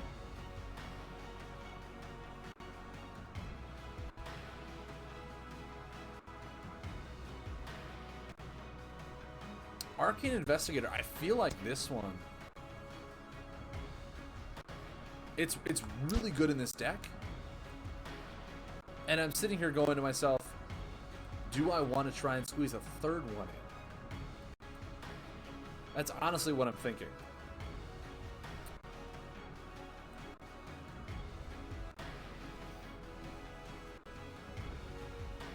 But at the same time, I don't think I do. It's nice if I have it, but it doesn't speed the deck up at all.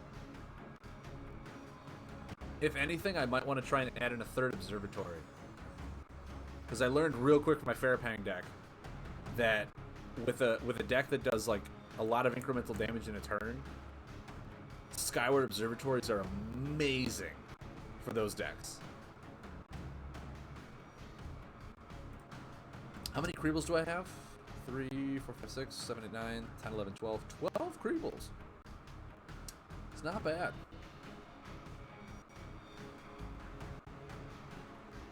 Jaded Diplomat is search for Creebles, which is just nice.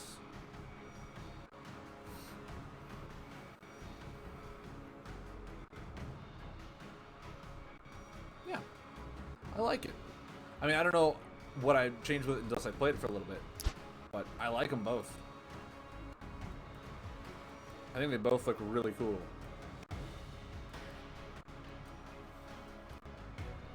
So we have the PM Mud and the Rocket Master.